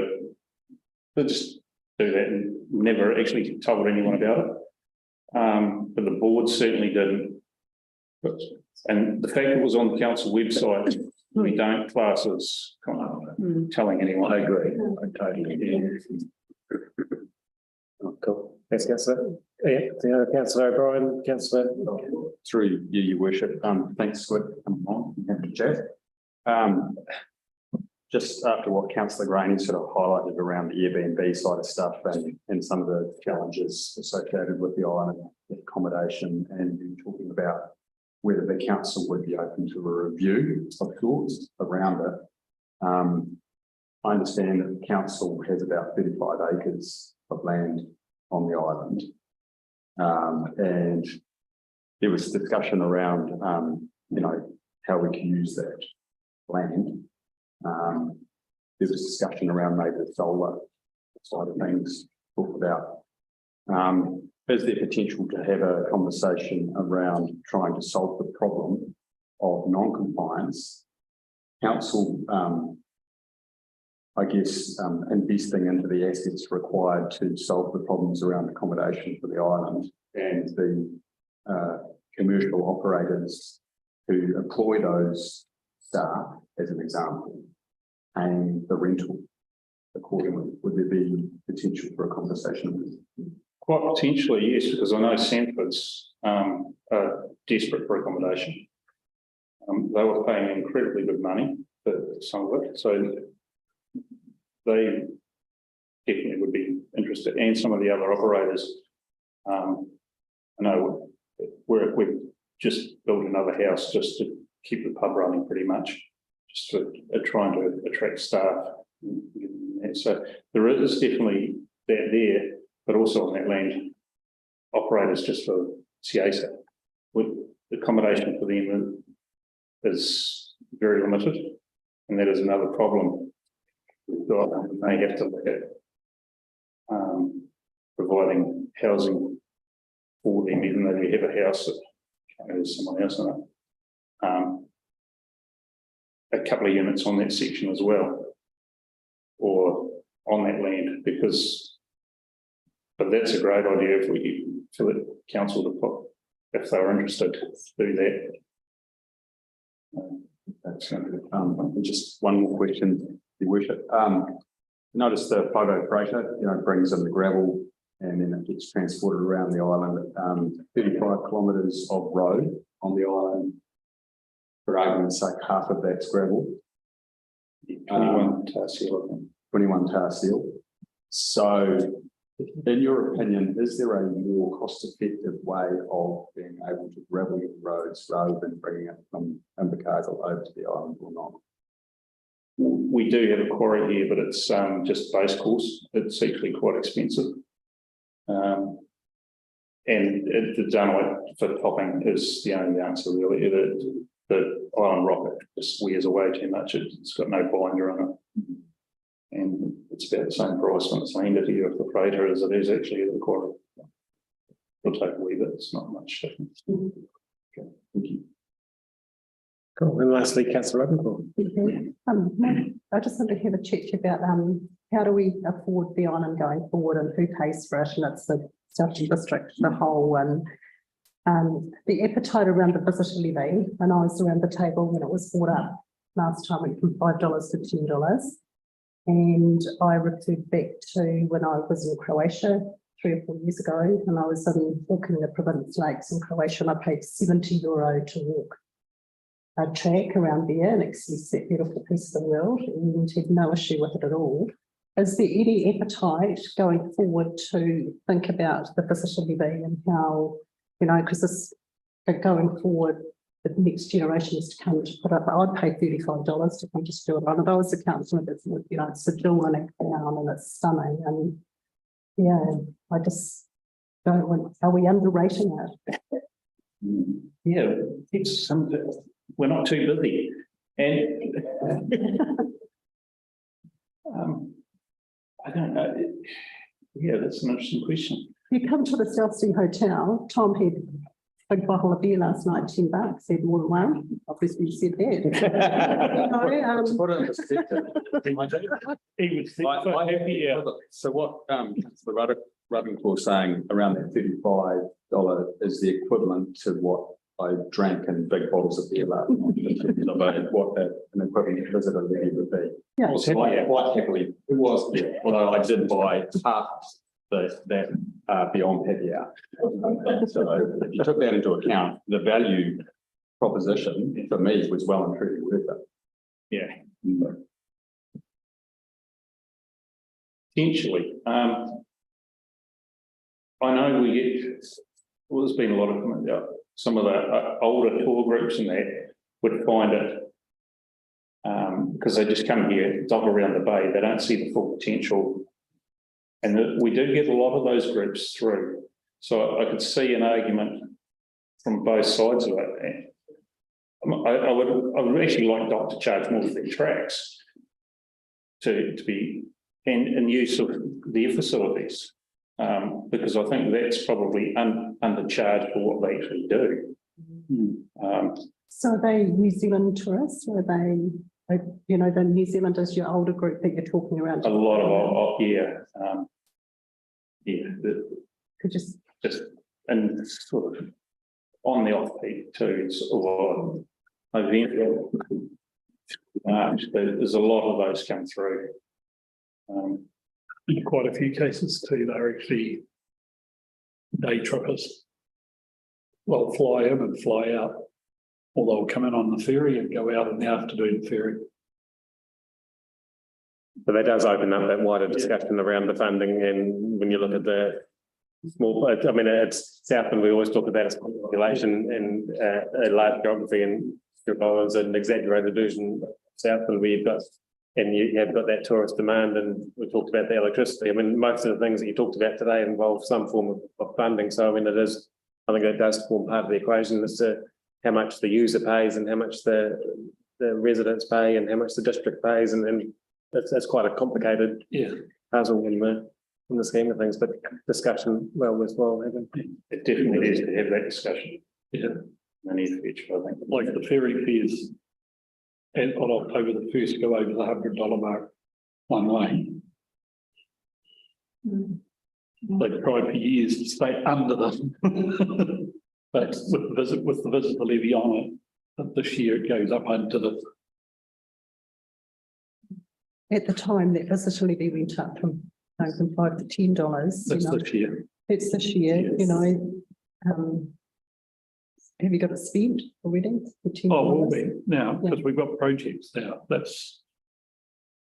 Cool. Well, thank you very much for that, Screw. And I'm sure we'll carry on some discussion over. Very good. So we've got a recommendation here that we acknowledge the attendance of these representatives. And I'll move those from the chair. And once again, thank you for coming along. The second is Councillor Scraggin. In favour, please say aye. Aye.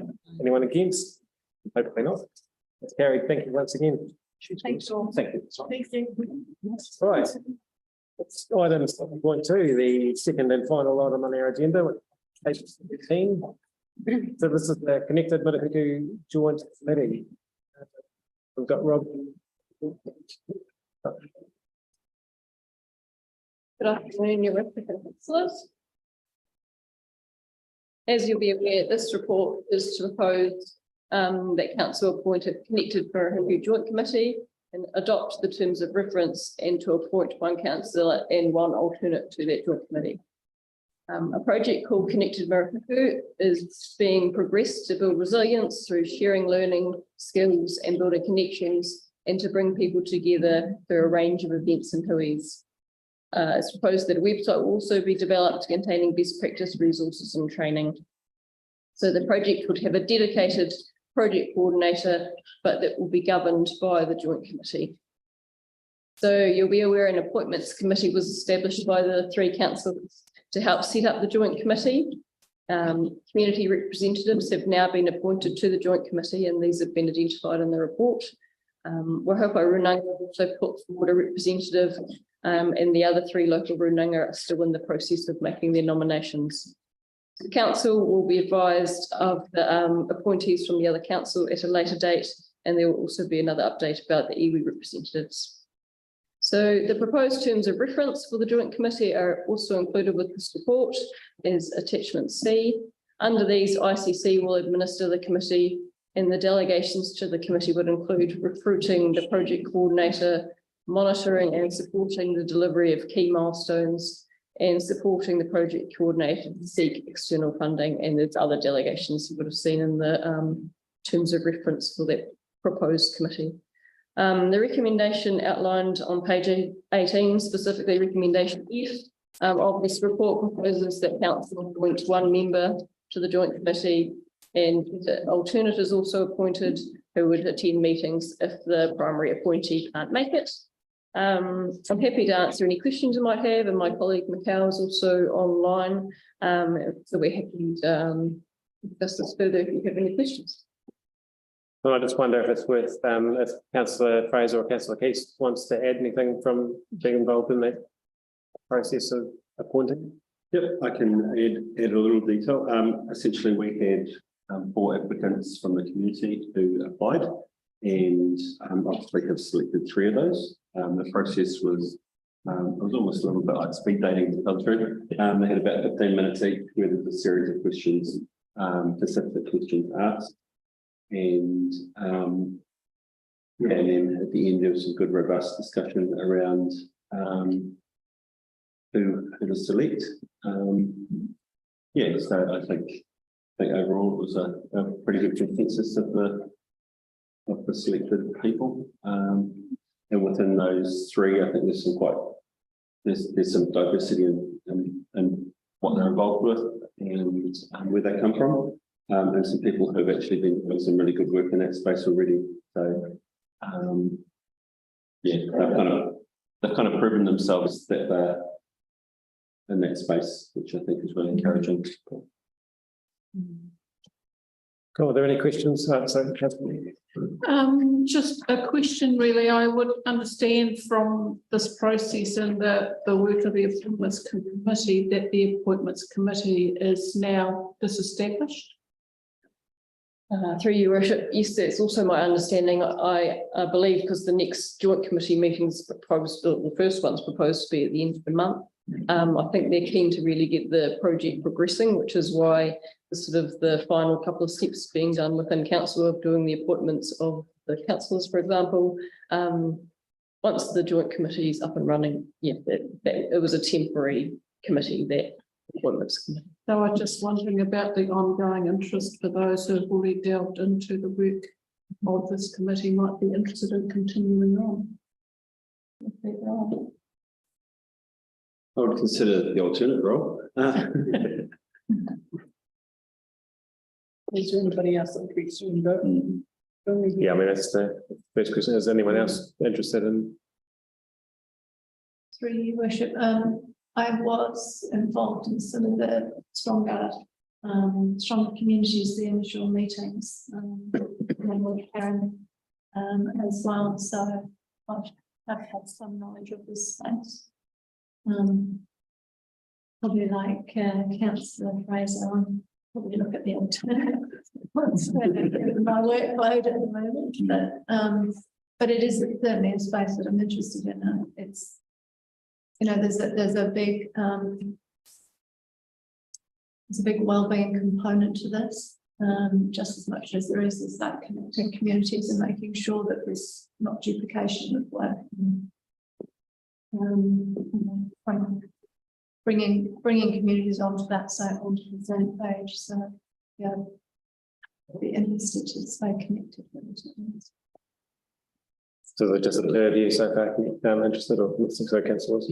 Just a quick question on it, regarding whether there's thought that this joint committee would have some conversation in the short term regarding the looking at future representation for the councils and whether this joint committee would play a role. I know it's not in terms of reference, but is that the kind of scope that this? No, I don't. I think it's totally different piece of work. This is more about the community connectedness kind of stuff rather than the representation.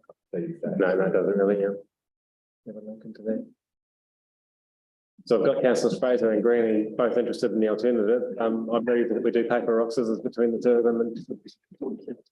And do either one of those councillors want to consider the Through your worship, are we aware of time commitments and that type of thing in terms of Your worship, the CISL meters when it's necessary to carry out its functions and no less than 3 times annually. So I imagine that. Yeah, I can't imagine it'll be a heavy commitment. Yeah, I don't imagine it either, but I don't know with certainty the intention of the administering council. Don't both jump at once. And through your worship, what is the proposed date for that meeting? Through your worship, 31 August. August, yes.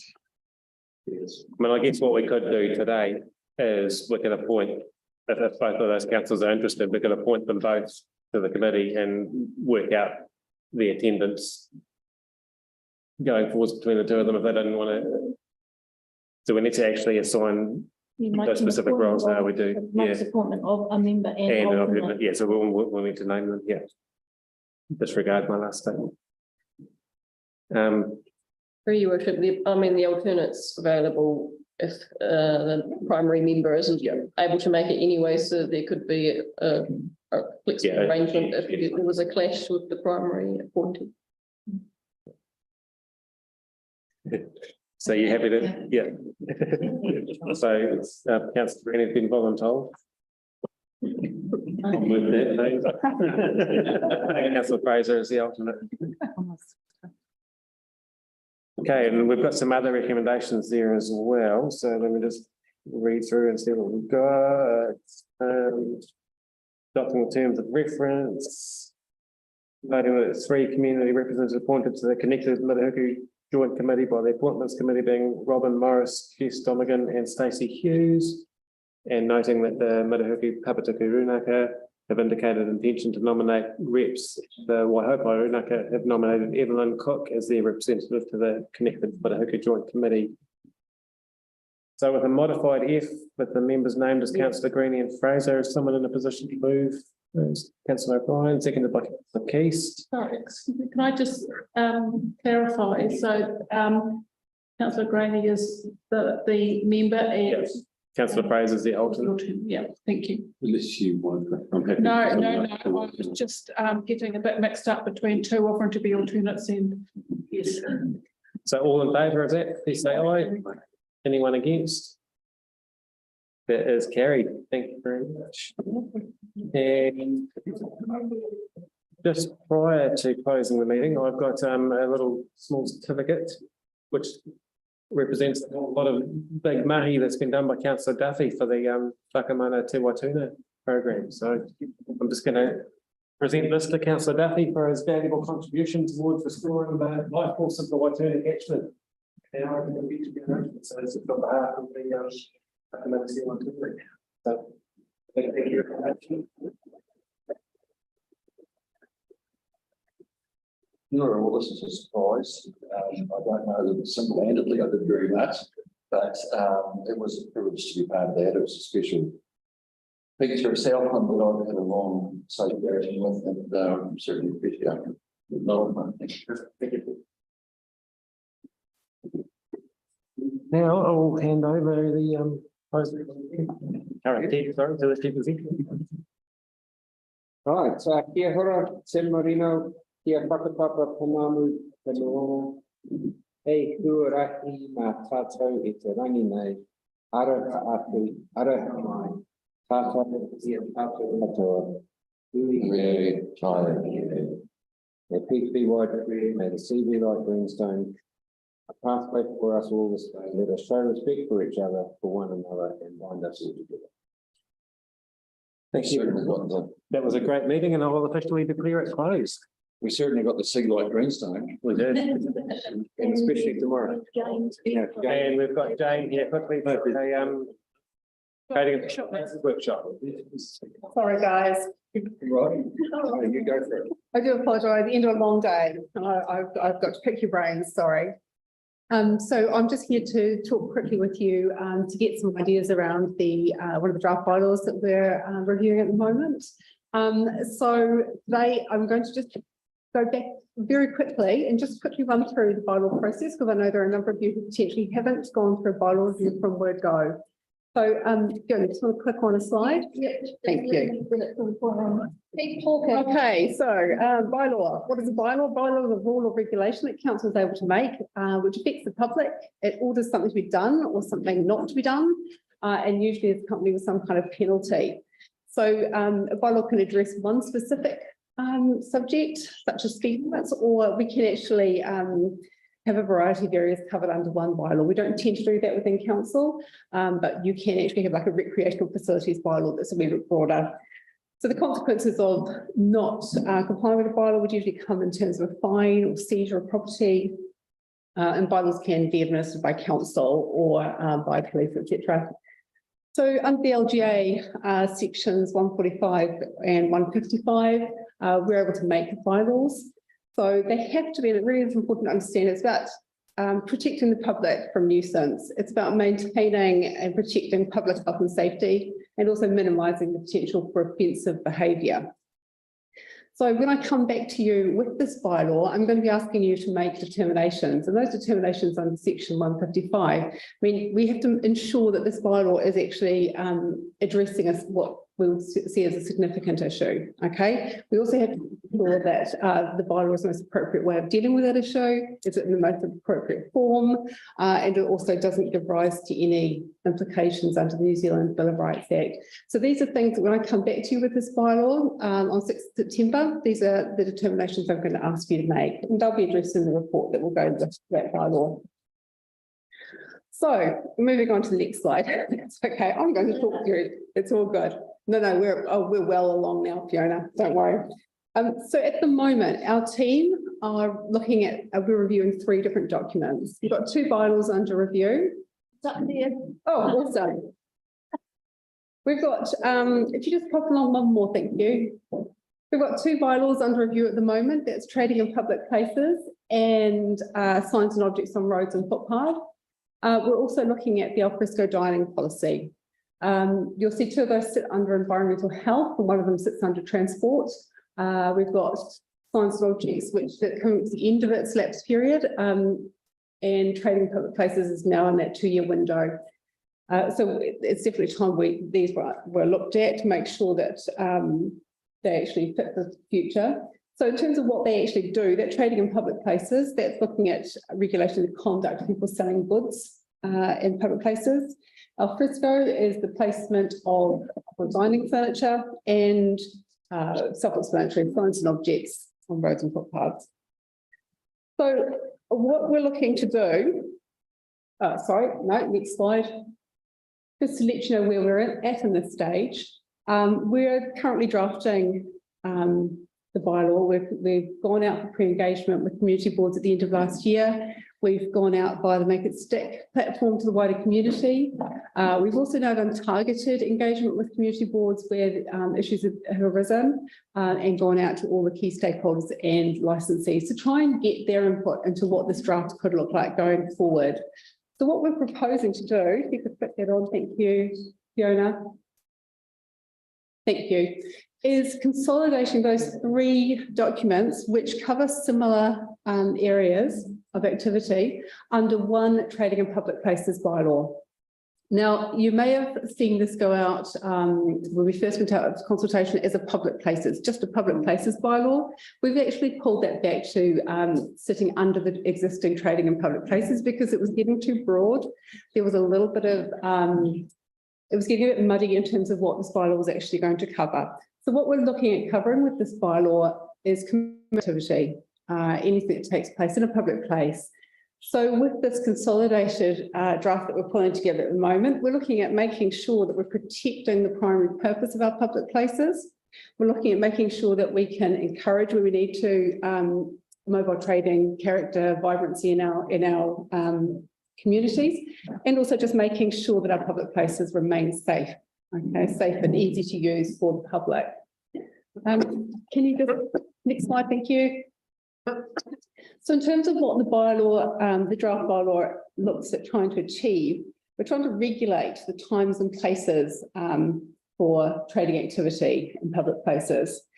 We're also trying to, regulate it so that council's aware of who's doing what out in the community, and that helps us manage any appropriate conditions that for specific activities in order to keep our communities safe.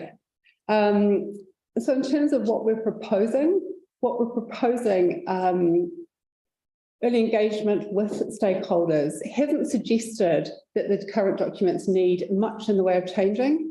So what we're suggesting is an updated, aligned, and for future draft, but it's not actually going to substantially change in the way we've managed trading to date. Okay. Next slide, thank you. So I sent out a copy of the draft when this workshop was originally proposed to happen 2 weeks ago. It has developed since. I wasn't able to send you an up-to-date one. We're just working on those conditions with the environmental health team, who I should have added are actually on Teams if we need them today. There are a number of changes we're looking at addressing in the draft, but I'd like to keep it at a real high level today from you. I want to understand from you in terms of what do you see this bylaw needing to cover? How are we going to ensure that we get the balance right between both supporting mobile trading in the district and commercial activity, but also giving consideration to the impact that that has on our communities. For example, it's about looking at how we're achieving balance with the ease of doing business, with just making sure that we're addressing health and safety issues for the public. So there are a number of different changes we're looking at. First and foremost, just getting a sense from you that you're happy with our steer of consolidating these documents. We're looking at doing that so that it creates review efficiencies internally, but it also starts to align with responsibilities within council in terms of who actually looks after these activities. And hopefully we'll create an easy document for the community to go to see what they need to comply with. You've got some individual little operational aspects in there, but some of them really are in terms of what you want from the community, what you want from this bylaw, I'm sorry, in terms of how we encourage mobile trading in the district.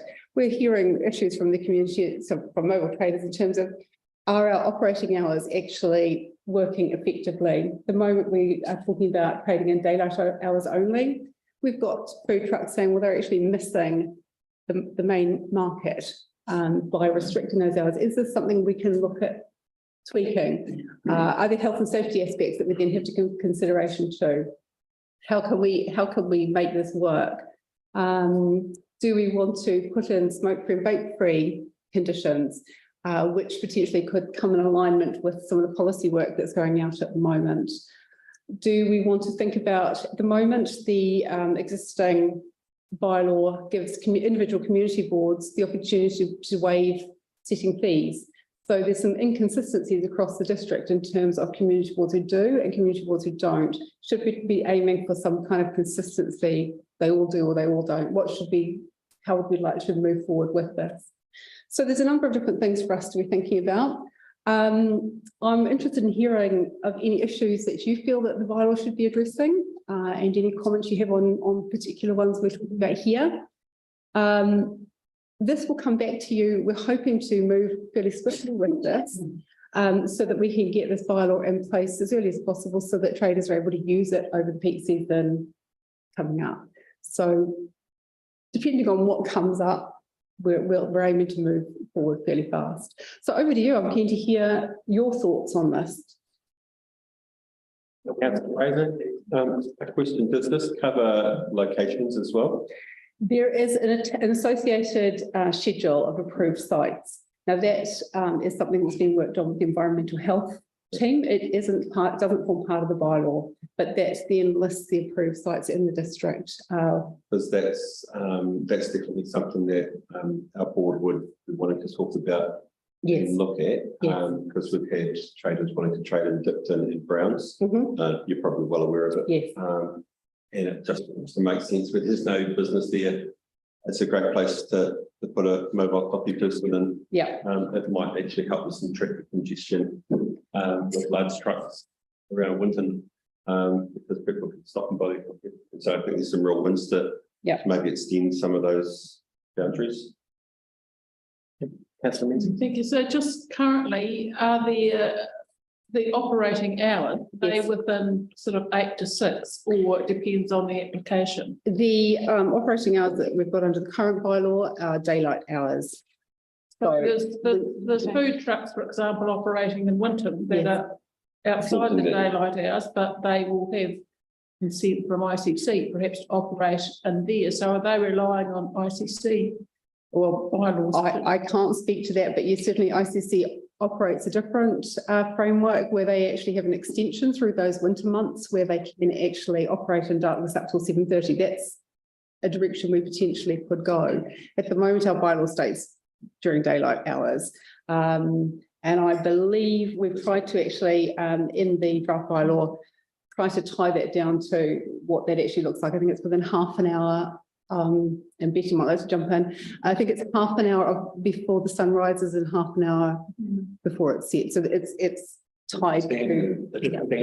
Thank you. Yes. I think just the changing nature of business and food trucks, and I think you've got the distance within 100 metres, was it? We're doing. Yes. Some of them are operating now closer than that. So is that? What does our business community think about that? And what do our ratepayers think about that? That's right. And that's a consideration. I think that's one of the conditions we've put up there that we are going to have to think about is proximity to existing business. How close do we want it? How far away? At the moment, we don't have that. And I think it's something that we're proposing to put in to try and mitigate against that, because that is an issue that we're seeing. I think, I think that is probably one of the most important considerations, particularly if you've got a fairly small, small CBD area. Certainly, the community board in Tiana has previously been extremely concerned on behalf of businesses, because those businesses are paying rates and rents and substantially more overhead costs than mobile trading places. And that limitation of space, I think, is a really critical part of the bylaw. So yeah, simply because, and you know, if it's for events, then maybe you look at alternative provision if there might be a specific event in town, which then is driving additional business into the town, and you're getting volumes of people.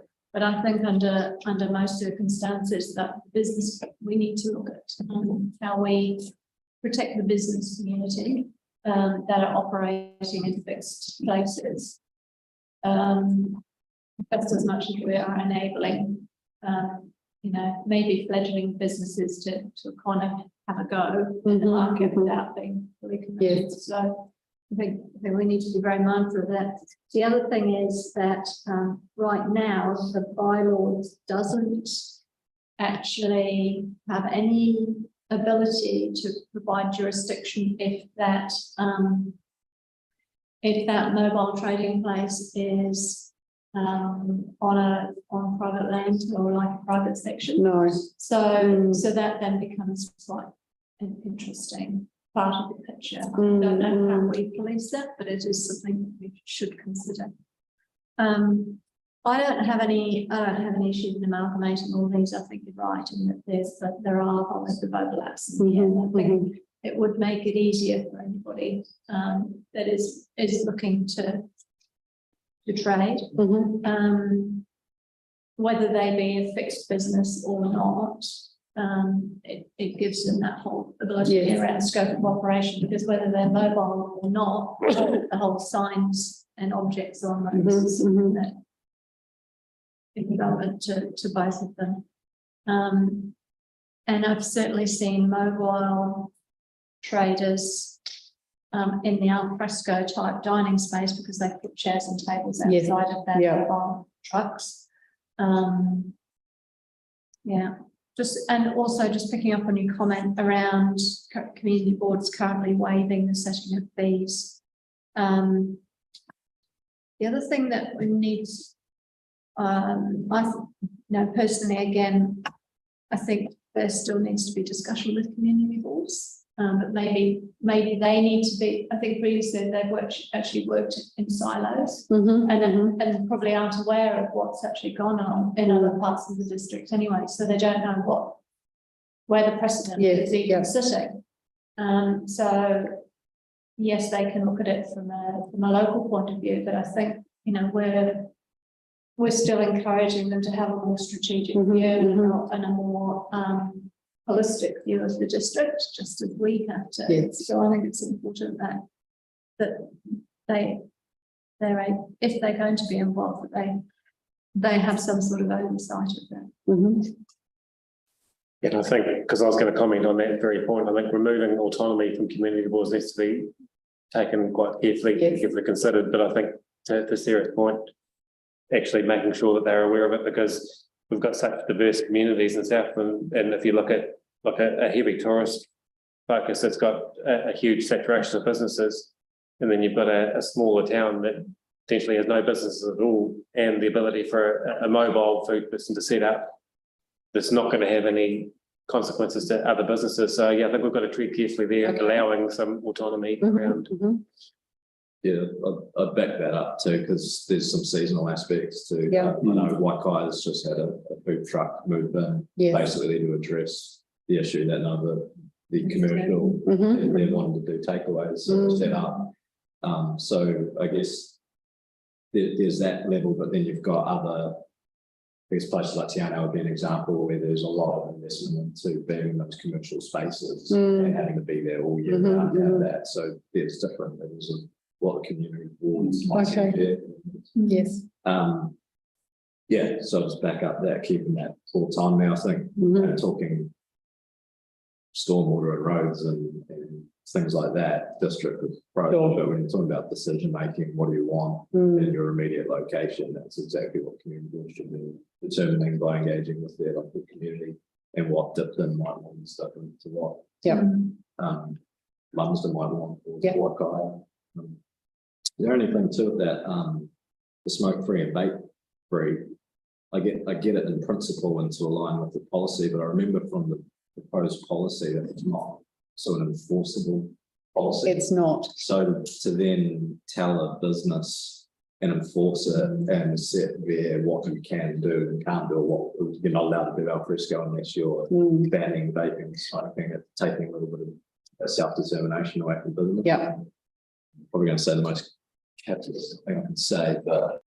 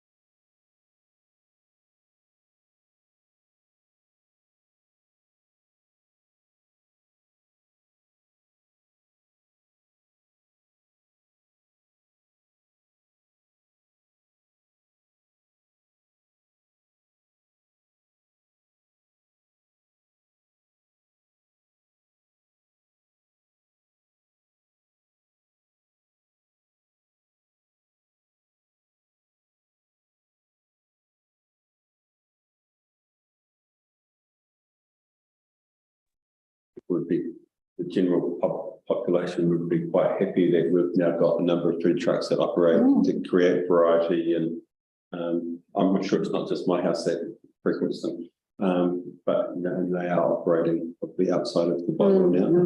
And please don't stop that, because then I have to cook more. It's adding to. Adding to the vibes. Yeah. And it's becoming, definitely, it's creating vibe, and it's been really positive. So it's over-regulating Yeah. really for the sake of. And I get how that can be quite different in a TR now, where you've got a number of food establishments. I understand the difference, and that's where we probably need to allow some. And chuck it the other way, Darren, what happened if those food trucks went behind the Oval in the future and you're going to have pub ratios? How do you feel about that then? I don't really mind where they Yeah, are. yeah, me I can neither. drive up to them and get them. Yeah. So just time, we're getting close to tea time, but go on. Well, I'm just on that. I'm encouraged. Man's capitalistic clearance. Not too worried about 100 meters. Like if you want to buy a coffee from that person, you got one there. It's a level playing field, though, I think. Yeah. Someone paying a whole lot of rate. All that, and then someone can get up a party or. Because you can't necessarily go, right, this town's growing, so now you can have two cafes. Naturally, it's going to have a cafe, and then at that critical mass where maybe a food cart can come in. If you prevent that from happening, then you're never going to get that second cafe. Yeah, seen as 100 meters far enough away. Yes, it is, but what we've noticed here on the island is that at times we have had food trucks and things here, but the fly-by-nighters, they're only here at the peak of the season, taking peak profit, when the other business is expected to go right through. Yeah. That's what I'm saying. And that's they're just there for that short little, and you know, if you go around here at the moment, But I think there's only basically one business operating in food. Yeah. it's those tourism areas would be different, and that's why like those community boards might determine a completely different view. Yeah. Whereas like that might go, yeah, cool, let's get a food cart. Because those businesses are really only profitable for a certain month of the year. It's adding to the vibe and sense. When I was reading into some of the other councils and their similar bylaws, it's where like also street performance, baskets fall into it, which tourism spots peak seasons, there's those numbers, whether there's an aspect of that comes into it. And the other one being like, I guess, a farmer's market across the road from a supermarket, or that's, you know, is that then competing business? I know there was quite a bit of discussion on that point, because it was the 100 meters of within 100 meters of a competing business, so that did allow your buskers and your all those types of people to come in. It was the type of business as well. That's right. It wasn't just any business at all. It's putting in those provisions, like with And then buskers, yeah. or you can have three houses. Yeah. However that works. Yeah. I was going to say, it's super interesting in Winton. The local pub recently organised the food market, and they brought all those food caravans into their car park, and it was a hugely popular night. So it's interesting how a business bought their competition in for an event. He did it for Winton, they said it was the vibe he wanted to bring. I've just got Julie patiently waiting there, and I might do that the last word. My question was really, is 100 meters enough distance? Because for me, 200 meters is a differential, gives it a differential, but 100 meters isn't very far away. 100 meters is, you know, when you look at small towns. 200 meters, you've got. It's not right. At the extreme, you go, well, no more in this town. No, I wasn't meaning that. I wasn't meaning that, because if there's only, if it's a small town, it's gonna be But I think that comes the other people there, is it? comes back to community board being able to have that say in the area, because 100 meters in one's going to be very different to 100 meters in another. I think there definitely needs to be variety of options. Anyway. Have you got enough of a steer there, Jane? It was- Fantastic. I'm going to work quickly on this and hopefully have it back to you this September. Okay. Thank you. Hey, thanks for your time. Cool. So we've got tea at 6 o'clock, so a bit of time to put our faces on and do what we need to do. Where's the view tomorrow? I'm going to go get it. Tomorrow you picked up just now, at 8:15 or 8:20. So did you? You don't come back with all the